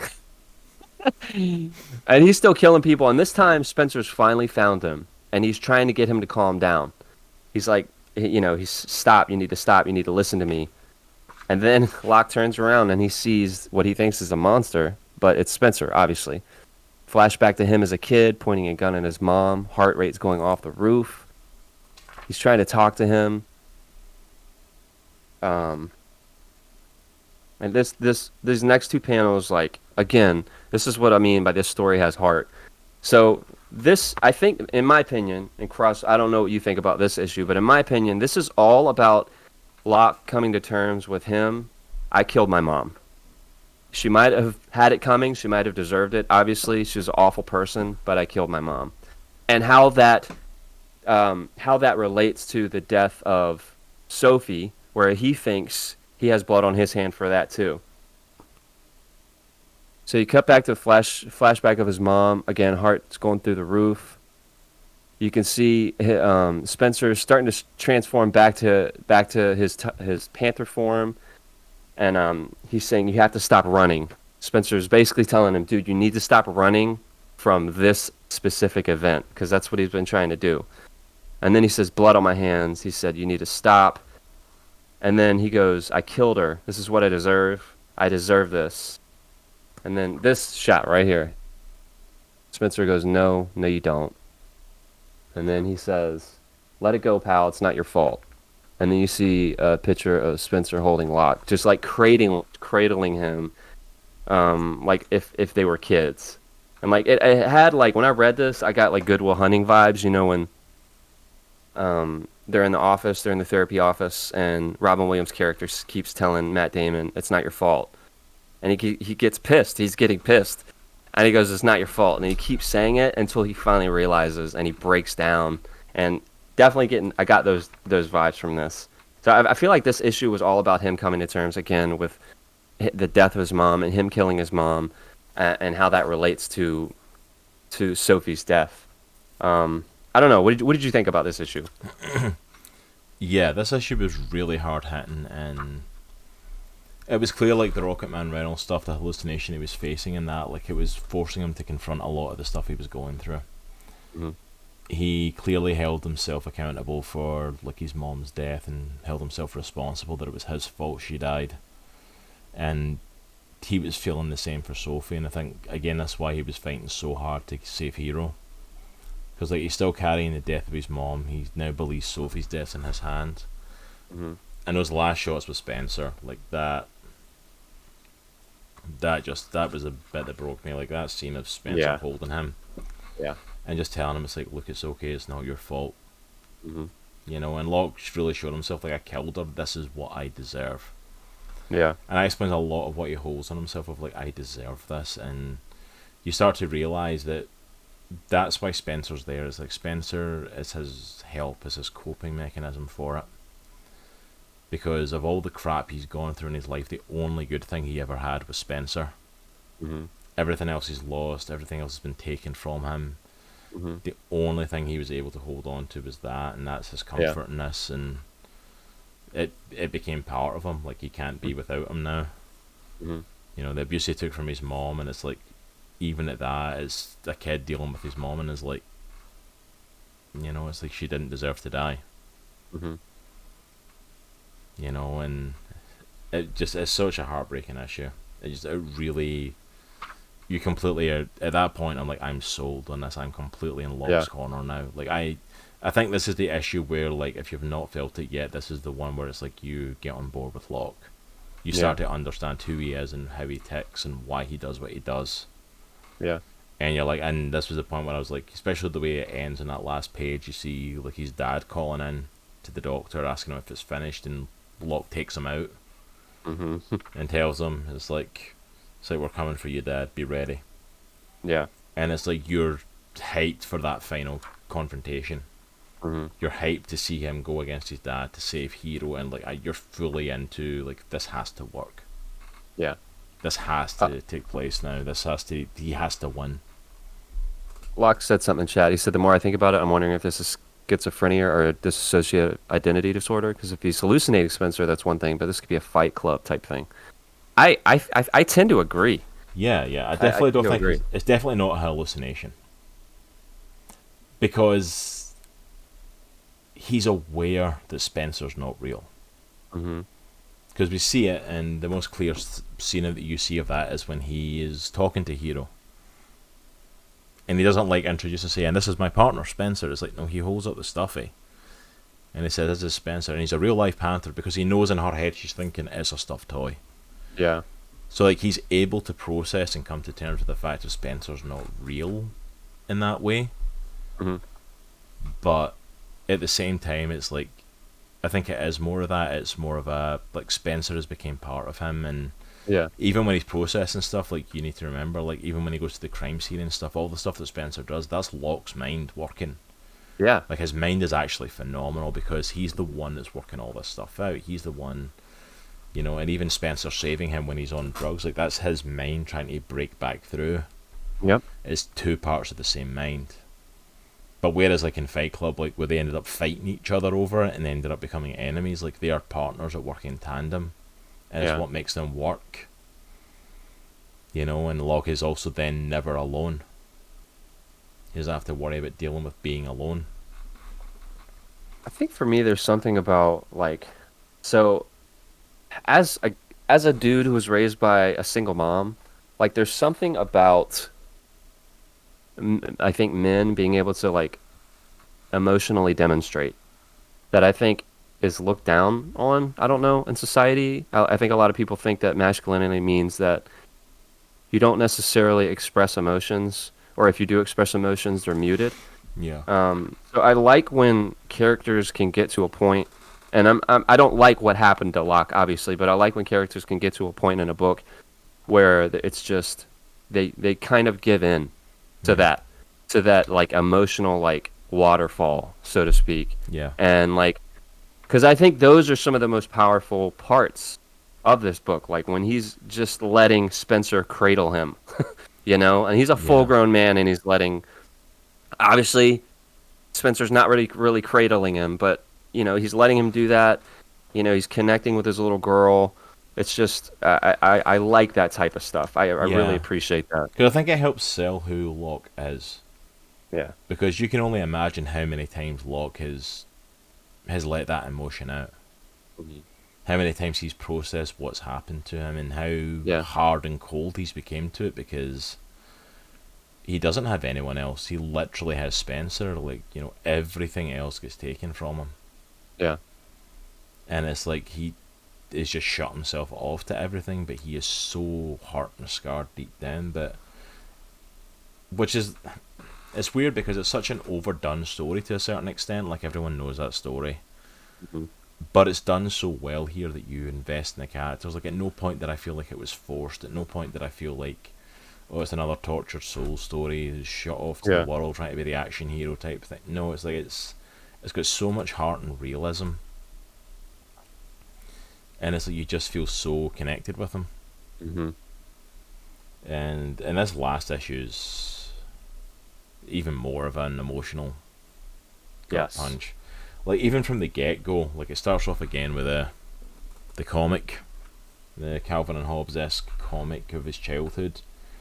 And you see him like he's doing one of his tests. He's standing up on the roof, and you don't think much of it at the time, but it's like wind speed check, barometer pressure check, electron neutrons double check. But then you're like, you see Spencer running up and going, "Don't!" And it's like, "Don't try and stop me. This is a big step for scientific progress. My transubstantiator." It says, "It may look like an ordinary cardboard box, but anyone entering the transubstantiator will be forever changed. All you need is to trust in science and make the leap." You know, it's like, I can come back as a bird or a fish or even a panther like you. Just think, Spencer, it could be a brand new beginning for all of us. And he's like, "Locke, what are you really doing up here?" He goes, "Aye," and then he turns and he just buries his face into Spencer, and he's like, "Everything hurts, Spencer.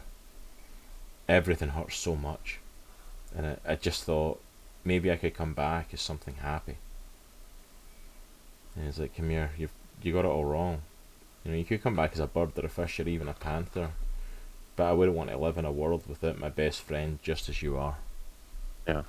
And it's like, and that's how the fourth issue starts. Like, this kid has had some hell of a childhood. Yeah. Like, seriously. And it's crazy seeing that Calvin and Hobbes style comic strip with such heavy, like, meaning behind it. You know? Yeah. And I love this inner dialogue for this issue. This issue is probably one of my favourites, if not my favourite of the whole thing. Mm-hmm. He starts his inner dialogue because they come up to the museum. He mentioned it during when they were at the Red Rose. And the museum's the meeting place where he's meeting his father and looking to get Hero back. It's like, sometimes I wonder if the dinosaurs knew the end was coming. One day they're at the top of the game, the dominant species on the planet, the next, boom, they're just fossil fuel swimming in a tar pit. But even as a kid I couldn't help but wonder, do you think the dinosaurs knew what was happening once the meteor hit? Do you think they saw extinction for what it really was? And most important, do you think they'd do anything different if they did? And I love this kind of thing because this is a reoccurring like monologue during this last issue of the end is coming. Mm-hmm. And being aware that the end is coming. You know, and like it's that thing of like he knows he's probably not getting out of this one. Because we find out more about his dad in this one and who his dad actually is, and he knows what he's walking into, whereas like we're just learning. Mm-hmm. You know, like even he says to Spencer, "You ready for this?" And he's like, "Would it change anything if I said I wasn't?" Yeah. So they go in, it's like, you know, and he's meeting with his father, who we then find out, you know, Augustus Locke, drug lord, killer, overall scumbag, or as I like to call him, Dad. You know, and like any father, I hold his interest by talking about business, and he's brought, like, obviously a lot of the drugs that he's managed to kind of swipe from him to bring in as a trade. You know. And he knows that he's messing with something dangerous. Like, there's a tar pit thing there, and he is holding the drugs, like, over the tar pit. Like, show me the girl, or I drop this, and you lose it all. Yeah. It's like he's in here throwing everything on the table to try and make sure she's okay. You know. And they bring the kid down, and he goes, "Hero," and Augustus says, "Beautiful kid, isn't she? Does her grandfather proud." And then the inner monologue is like, "Grandfather?" But that means, which is like hell of a moment to find out you're a father. Yeah. And basically he says, you know, he acts like Locke had like intentionally left her with Sophie, like to keep him away from her sort of thing, and it's like, but he was like, you know, he's got his granddaughter now, and basically tells him, like, you can drop the bag if you want, but before you get the chance to you're going to be dropped by my men here. Yeah. Like, this is it, you're done. You're done. You know, so you see their eyes kind of looking around, and then before they get a chance to do anything, Hero acts and bites the guard that's holding her. He takes off, and I love his next move as he throws the bag of drugs at them, so when they shoot, it hits the bag, and like it just bursts into this cloud of drugs, so that they can escape. And I love this is one of these scenes where I want to know how what's actually happening, because he goes into the cloud of drugs to take out the men. But then, like, Spencer starts shouting him instructions. He's like, "Don't worry, partner. Night vision's my specialty." And you even see, like, Spencer's vision. Yeah. Like, he's seeing in the freaking smoke, and I'm like over there by the stairway. Like, Locke, behind you. And I'm like, this is all in Locke's head, though. Like, what? How is he seeing? And then Locke takes a shot to the arm, and then takes the guy out. And I kind of love this scene as well. Like, he takes a shot to the arm and goes down holding Hero, and then he turns around to shoot, and it's both him and Spencer holding the gun at the guy. Oh yeah, I didn't even notice that, dude. Like, I kind of love that imagery, because like, although they've been separate, it's one of the few times we see a hint of like it's the same person. Yeah. You know, they're both in there. So they run to get cover, and they take cover, and basically he gives Spencer over to Hero. You know, it says, "Hey sweetie, remember my partner Spencer? He's the biggest, meanest panther in the world, and he's promised to keep you safe. It's like, there's a closet down the hall. Hide there. If anything happens to me, you know what to do." Saying this to Spencer. And then he's like, "But Locke, what about you?" He says, "What about me? We all gotta die sometime." And I love it as it transitions from like him handing over the stuffy to him talking to Spencer, and to Spencer actually being with Hero. Yeah. I love that kind of transition as he goes to face his father. So in the next, there's a whole bunch of panels here where a whole bunch of stuff happens all at once. Yes. As he basically takes out a bunch of the guys by shooting down a dinosaur, she goes and hides in the closet, and a guy comes for her, and it's like she's, he's sneaking in, he opens the closet up, and then you hear blam, and you see Locke's face like turning around, like realizing the gunshot came from the closet. And then This is a cool panel. this scene, like I'm almost tearing up thinking that this scene just blows me away. Like her eyes close, and Spencer's the one with the gun in his hand. Yeah. And like, it's all right. You can open your eyes now. I made you a promise. A panther always keeps his promises. Yeah.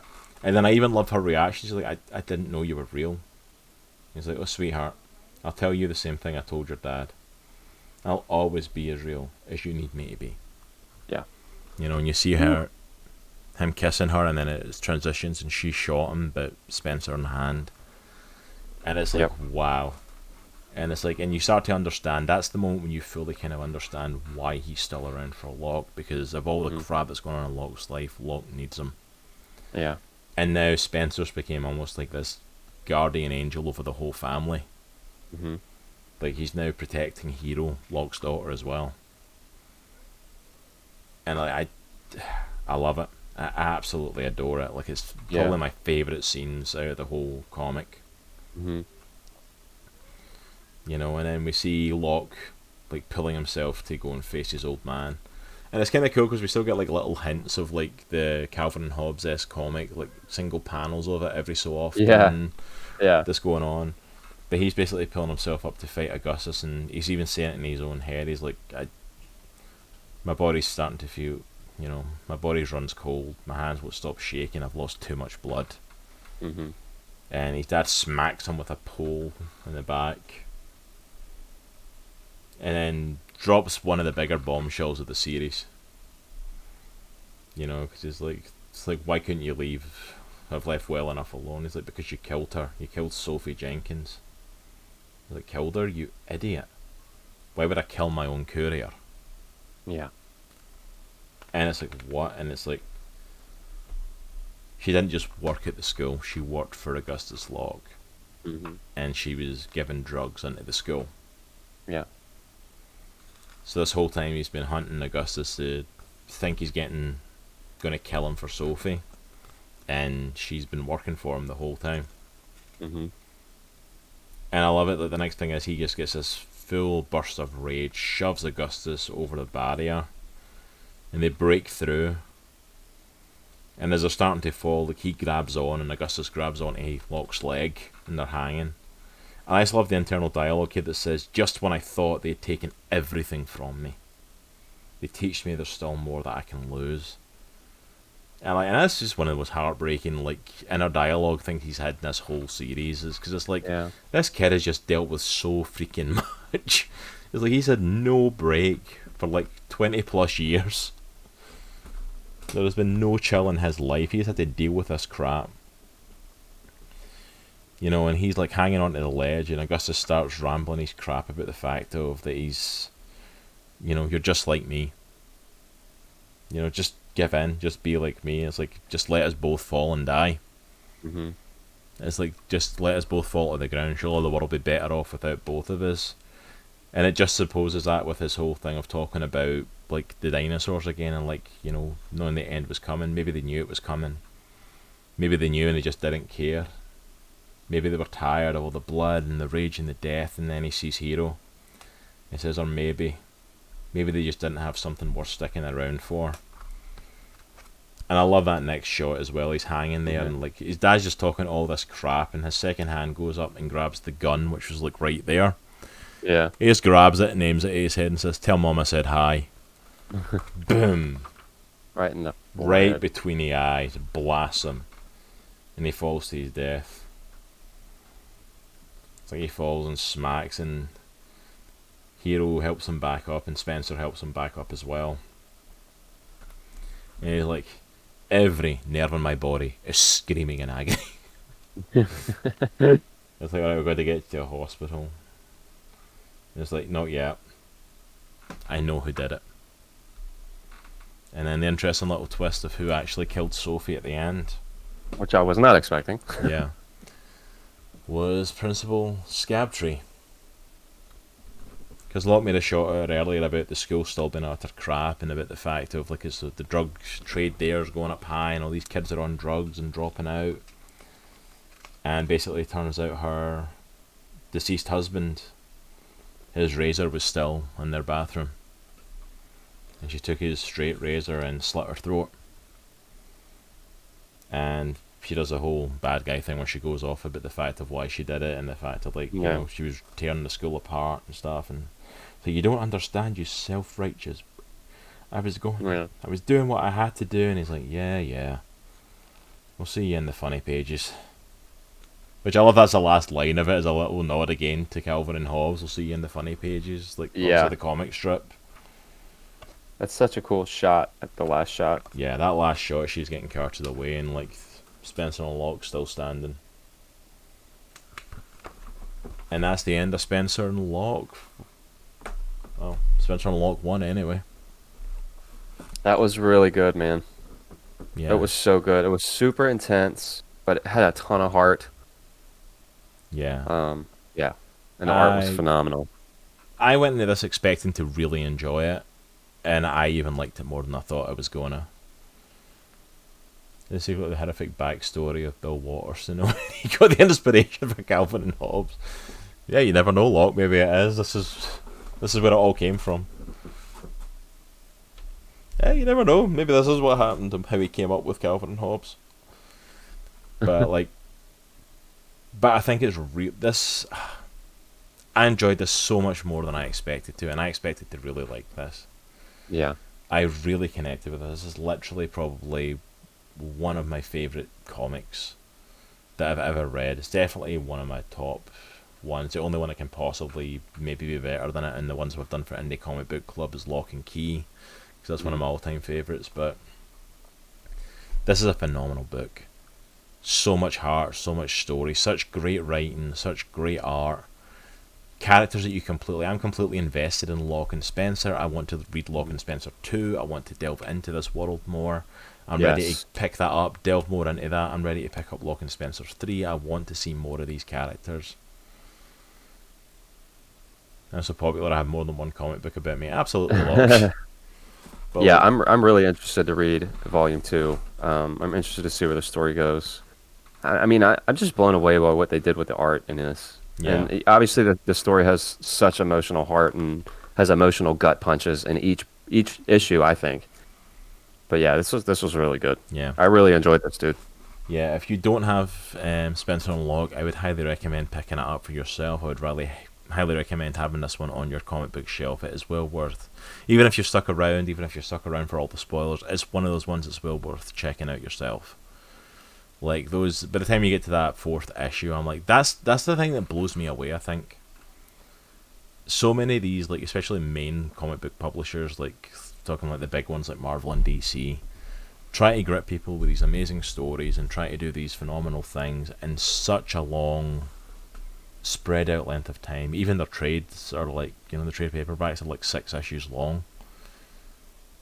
David Pepos and Jose Santiago literally had 4 issues. And they told a complete story. And blew me away with 4 issues, and I'm like, that's impressive. Yeah. That's so impressive. But yeah, thank you for stopping in. I am not prepared. I absolutely appreciate it. Have a good one. Hope you have a great day. But yeah, this was an amazing story. Like, I was just blown away by it, like how invested I got in this story and these characters. And I want to see what happens next to Locke. Because reading this, if I didn't know there was a sequel story, I literally would have went into this thinking, yeah, Locke probably dies at the end of this. This is like his swan song. This is how he goes out. It must be, Thank you for putting a shout out, Locke. Appreciate it. But I was certain this was going to be his swan song. If I didn't know there was a Spencer and Locke 2, like this must be how it ends. And and even like that. Because it even set it up, even him giving the Panther, giving Spencer over to Hero, and then Hero seeing him, and him coming to life for her. Yeah. And that's almost like the passing of the torch to him. Mm-hmm. But I'm interested to see that relationship as well, because now she sees Spencer too. Yeah, and there were a couple hints, not necessarily hints. They showed it, but she's able to converse with him as like a Yes. an alive being, you know. She like converse with him, and the interesting thing about that as well is the fact of like it's the same one that her dad speaks to, because she turns around to Comfort and he says, "I didn't know you were real," and the first thing he says is like, "I'll tell you what I told your dad." Yeah. So it's not like her own version of Spencer; it's literally the same Spencer, and I'm like, Yeah. so like I definitely need to ask him about this. Like, is Spencer real? Yeah, right? Is this like a spirit that inhabits this like toy panther? Because like there's so many hints like that where like he's this like guardian angel for this family who helps them, and like it's clearly the same Spencer in that. And I want to read number 2 to see what happens next, but like there's heavy hints that he's more than just a stuffed animal. Yeah. That he gets more involved somehow, and I'm like, if not, I want to know what's going on. Like there's definite questions there. It does a random clip from the people we choose that we shout out. Yeah, it's a special thing, so it dives into their clips that are saved on their Twitch, and just play it. But yeah, this is definitely one of my favourites that we've done on Indie Comic Book Club. This is, and I mean this is the whole reason for doing the Indie Comic Book Club was to delve into comics that you wouldn't normally pick up, comics that people just aren't aware are out there. Because everyone talks Marvel and DC, and I'm like, if that's the only comics you read, then you are missing out on some phenomenal books. You know, and we've covered a few phenomenal books on this show, and it's like there's so many more out there that I can't wait to delve into. Like this one is 100% one of my favorites. I'm reading. I didn't realize there was an afterword by David Propose about the story. Oh man, he's going into the nitty gritty. I got to read that before next week. That's awesome. Yeah, definitely need to check that out for next week to go into it. But yeah, it's so. This was a really good pick, dude. Yeah, this was a good one, and because we were talking about doing this, and we were actually going to push off Spencer and Locke. Yeah. Because the last one we did for Indie Comic Book Club was Chew, and I was worried that doing like a darker like detective story, it was going to get too samey, doing the same sort of style of stuff. But then we got the interview set up with David Propose, and it's like I didn't want to. Hey, Supercalifrag, thank you so much for popping in. Locke, can we do a shout out for Supercal? I was really worried it was going to be too samey, but we got the interview, and so I thought, okay, we definitely need to go and check this out. Then we definitely need to read this book, and I'm so glad we did. Yeah, like this is like. Chew was an interesting book. It was definitely good to see an award-winning book and to cover it and see what everyone. Hey, Chunk the Hut gifting a tier 1 sub to Supercalifrag. Peace. Supercalifrag, welcome to the Stan Clan. Chunk, thank you so much for that gifted sub. Absolutely appreciate it. But yeah, like this is miles better than Chew. Like Chew's an interesting take, question. But like this is so much better. No question. Just like absolutely adore this book. And what are your thoughts then compared to like coming into this? Because you came into this with a lot less than I did. And basically my pitch and like, hey, we've got an interview coming up, we're doing this, here's what it's about, and my like it's Calvin and Hobbes gritty noir detective story. Yeah. So what's yours take from that coming into this? I think for me the biggest thing that stuck out to me was just how emotionally invested I was in the story. Like I was saying earlier in the stream, I really like it when the characters are stripped down and they have to succumb to the emotional stuff that's going through their brain, or in what's going on in their life. They have to confront that, and numerous times, and almost in every single issue in this book, that happens. Yeah. And I think it adds everybody says emotional weight, but it legitimately adds an emotional weight to the story that I think a lot of comics and a lot of books even are missing. So I knew nothing about this going into it. I was very pleasantly surprised, especially with the art. The art was awesome, and it perfectly went with the story. So yeah, this was awesome, man. And answering Kenneth in the chat there, Spencer Locke is an original trade, it was released in single issues, but it was back in 2017. But we looked at the trades. Comes from Action Labs Danger Zone department, so it's a bit more of the mature content, although the comic doesn't have that much mature content overall. But yeah, so we're checking it out from David Propose. We're going to be speaking with the hey Kenneth, thank you so much for the follow, absolutely appreciate it. Oh, it wasn't a follow, sorry, it was a thank you for the sub. Chunk the Hut gifting another sub. Welcome to the Stan Clan. yeah, I would. As we were saying, like we've went through Spencer and Locke for the Indie Comic Book Club today, and it's well worth checking out. It's one of my favorite comics I've read. It was so good. It's only 4 issues, and then there's a Spencer and Locke 2 that's out, and then a Spencer and Locke 3 that's coming out. I don't know when. It was announced in 2019, and then obviously everything got postponed thanks to COVID. So, Yeah. so I don't know when it's actually going to come out. But I'll wait for a third one. That's the thing. If you're looking for a short, intense, really good, thoroughly emotionally investing read, this is it. Because it does not take you long to read through it. No, and that's a great thing. You could about read some through it in indie- like an hour. Honestly, less than an hour. Yeah, and that's a great thing about indie comics is you can literally read that. That could be a one and done. Like if they've done a sequel comic, but literally you could stop there and like it's a complete story. And it's like the next one is like a brand new adventure of them going into it. Like I don't know how much like carryover there'll be, but it doesn't seem from what I've seen of it, it doesn't look like there's that much. Mm-hmm. And like this is the story, this is the one that they've dealt with, and it's like, you know. But it's awesome. But yeah, if you guys want to check it out, you can of course go ahead and check out on Amazon. You can find Spencer and Locke on there. Also as well, hit up your local comic book store. Ask them for it. They need the support as much as anyone does, especially in the hard year that we had last year. Yes. So go and hit them up. I know, shout out to Richmond Comics, our local store, who have hit us up with plenty of stuff and given us tons of stuff to watch. Chunk, you never have to apologize for a gifted sub, dude. Sorry, dude. I didn't mean to cut you off, Cross. No, I was going to say, it's like, no, Chunk, don't you dare apologise for gifted subs. Thank you for wanting to gift subs as like in financially assisting the channel. It's so appreciated. Yeah, dude. It's like, yeah, how dare you, Chunk? How dare you be sweet and generous and give gifted subs to people that don't have How subs? dare yet? you philanthropist? How dare you financially support Comics in the Cross? You know, it's like, don't ever apologise, Chunk. It is greatly appreciated. It is never asked for that you have to do that for us, but every time you do it is so appreciated, Chunk. Honestly, you're awesome.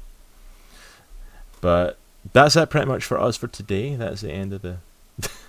I love that emote, Kenneth. Anything that's brilliant. Beard of knowledge, I love it. But yeah, absolutely, that's the end of our comic book club for today. If there's any indie comic book clubs any comic books you'd love for us to check out, by all means please suggest them to us. We're open to check out pretty much everything and anything in the indie world as part of Indie Comic Book Club. Next week, as I stated, we are doing part 2 of this very special podcast, because we looked at Spencer and Locke this week, and next week we are actually going to have David Pepose, the writer of Spencer and Locke, on the channel, coming to hang out with us, coming to talk about it, coming to talk about Spencer and Locke, coming to talk about his most recent book that dropped, Scout's Honor, as well as his newer books, The OZ, which is a militaristic Wizard of Oz take. The issue 1 is dropped in that for his backers, as well as the upcoming Grand Theft Astro that's still coming soon. Yeah, absolutely, we're really excited to have the talent behind the book actually coming on and getting to pick his brain a little, kind of thing. Absolutely.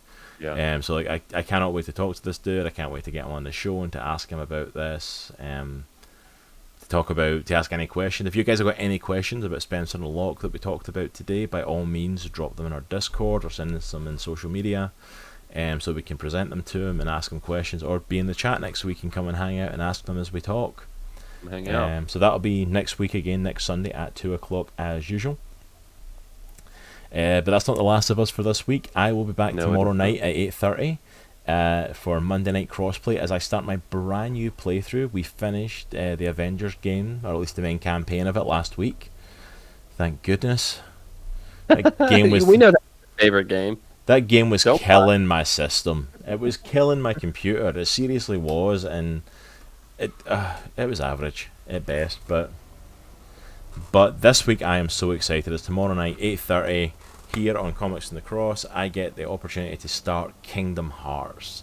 It is released on PC. I picked up Kingdom Hearts 1 and 2, the remix, from the Epic Store. So I am so excited to play this through. For anyone who doesn't know, I have never played Kingdom Hearts. I know little bits and pieces of it, but I never played it when it originally released. When it, as I got a bit older, I was getting Xboxes, and the older games only ever came out on PlayStation. So I could never go back and play 1 and 2 when the remix originally dropped, and then 3 dropped for the Xbox, and I really didn't want to jump into 3 when I hadn't played like the 15 million games that came before it. So I thought that was probably not a good place to jump in. I went to check out your stream before. Glad to catch you. Glad you could pop in, Kennethan. I know Kennethan does a bit of streaming as well. If we could do a shout out for Kennethan as well, go and give him a follow as well. If you don't follow him already, go and show him some love. He is one of the amazing crew over at God Mode Activated. Thank you for that, Nitro. Oh, get a double shout out from Locke. I got it first, Locke. Oh, Locke and Nitro have got like a fight going on who gets the first shout out. Sorry, dude. I had to do at least one. No problem at all, Kenneth. Absolutely go and click on that link and go show them some love. Yeah, it's so funny when you see some of the clips that get pulled up and you see people's reactions like, oh, that clip, oh no. There we go. We see the progress of the beard. The beard got a bit longer between clips. There we go. Do it, Locke. I'm so many sound alerts on Tuesday. But yeah, absolutely come and hang out with me as we play Kingdom Hearts tomorrow. It is my first playthrough. No backseating as much as possible. I want to experience the game as much as I can. But I am probably going to get stuck at points, so I will need help, which I will ask for as the game is going on. So definitely make sure you come and hang out with me for that. Then my partner over here, this side. My Discord flips cameras, and since I've not been using Discord, I've just been using my camera straight. I still don't get it. My partner over here, Nitro, will be back on Tuesday night at about 8 o'clock. Yeah, man, we're going to be working on Chunk the Hut, who's in the chat, who's just gifting everybody with a sub. Nitro can't words today. Nitro words don't work. So for those of you who weren't a part of it, we did have it was technically a 13-hour stream back in April where we raised some funds for TACA, the Autism Community in Action. And as part of that, some of the giveaways were some commission pieces by me. So one of them we have been working on for the past 2 weeks, Chunk the Hut, who is in chat. This is part of it. So we've been working on the digital version of this. Worked on it about 3 hours last week. And go check out our socials if you want to check that out. By the way, I posted a little bit of what Nitro had been working on our socials. And Kenneth, just shouting out there, that's 8:30 tomorrow Eastern, and then 8 p.m. Eastern on Tuesday. Yeah. So it's Eastern, we're on East Coast, US. Yeah, and I might actually be changing that to 8:30 as opposed to 8, but I'll keep everybody posted for Tuesday night. But yeah, man, come join us. Yeah, but join us keep up with us on our socials and on our Discord to keep up with that as well. We'll be announcing times and stuff, and if there's changes to Nitro's times and stuff, you can find it out on there. You're West Coast, so I need to just absolutely.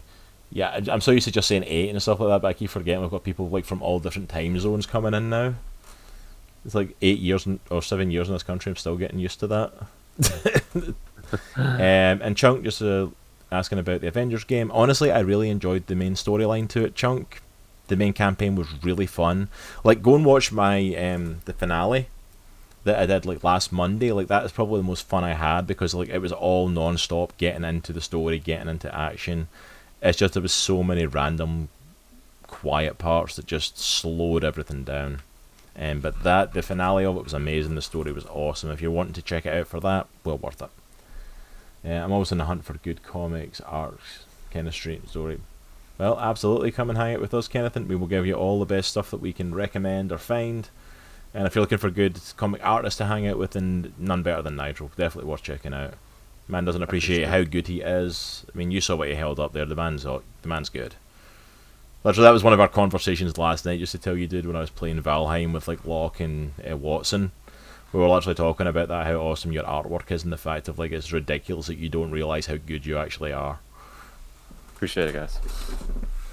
We were talking about, it's dude, he's so good. I can't believe he doesn't realise. I'm we're excited for you. Honestly, we're excited for you to finish Chunk's piece, just to because we love that piece. I want to see what you do with the other ones.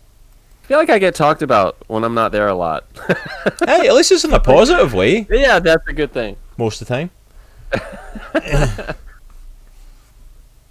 Yeah, absolutely, Chunk. That first Oryx you did on stream was awesome, dude. And then I love the fact that I kind of said it in chat last Tuesday as well. But he didn't respond to it, which I'm pretty sure was on purpose. But I said, I love how he did that first Oryx, the full body thing, and then just nonchalantly went, oh no, I don't like that, and then drew that in between streams. As if he just says it like that, oh yeah, I went and redrew it, here's the picture of it, as if it was nothing, as if he just da. And this picture came out, and I'm like, dude, that's phenomenal. How can you act like it's nothing? Dude, I spent so much time on it, though. Yeah, but you act like it's nothing. You act like it's oh, it's just something I threw together. And I'm like, dude, I couldn't even have done that on my best day. You can give me as much time as humanly possible. I would not come out with a piece of art that looked even close to that. Well, I appreciate it. There you go. Locke's going to slide in. I'm sufficiently embarrassed now, so we can move on. Well, and there you go. Just to embarrass you more, Locke's going to slide into your DMs as well, Nitro. All right, cool. Sounds good. Bring it, Locke. All right, so Nitro, entertain the people while I go and see who is live, so we can go and drop a raid on someone.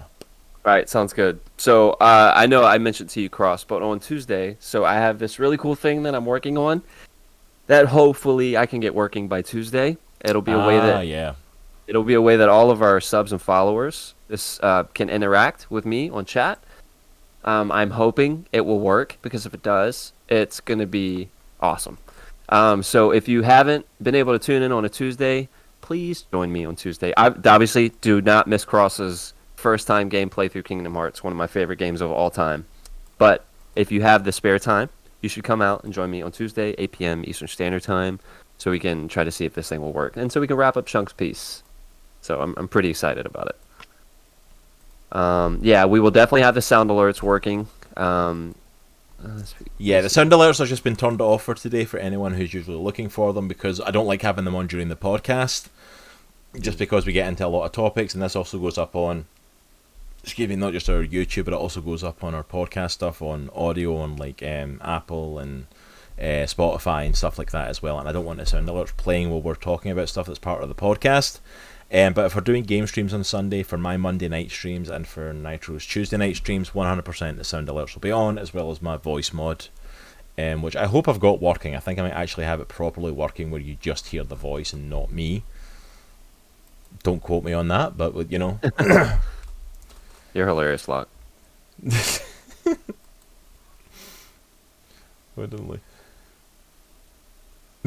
Yeah, that's exactly what it's like. But for now, that's all from us. We're actually going to head over and check out a good friend of mine, Erect Dictator, who's actually on right now playing a little bit of Apex Legends. If you hang out on our channel often enough, you know that Nitro and I are big fans of some of the Apex stuff. So quite happy to go and show it. And she's doing a 12-hour stream today. Crazy woman. Having done a 12-hour stream herself, I know how crazy that is to even attempt that. So we are going to go. We're going to show her some love. So if you can hang out, guys, just to drop a big, massive raid on her. Make sure if you've got the emotes, go ahead and copy and paste. I love the fact it's just posted the actual like thing and not the emotes themselves. But use the raid, Stanley, and the hype emotes. There we go. Yeah, thank you. Let's go ahead and do that. Throw it up in our chat. Let her know that we're going to show her some love and hang out. And if you're not following her, go and show her some love and drop her a follow as well. Meg is absolutely amazing. She's a great streamer with a great community. So, but that's it from us for today. I hope you all had an absolutely amazing day. All take care. Enjoy your Sunday. And remember, as always, it's a good week to be a geek. Take care. See you, bro.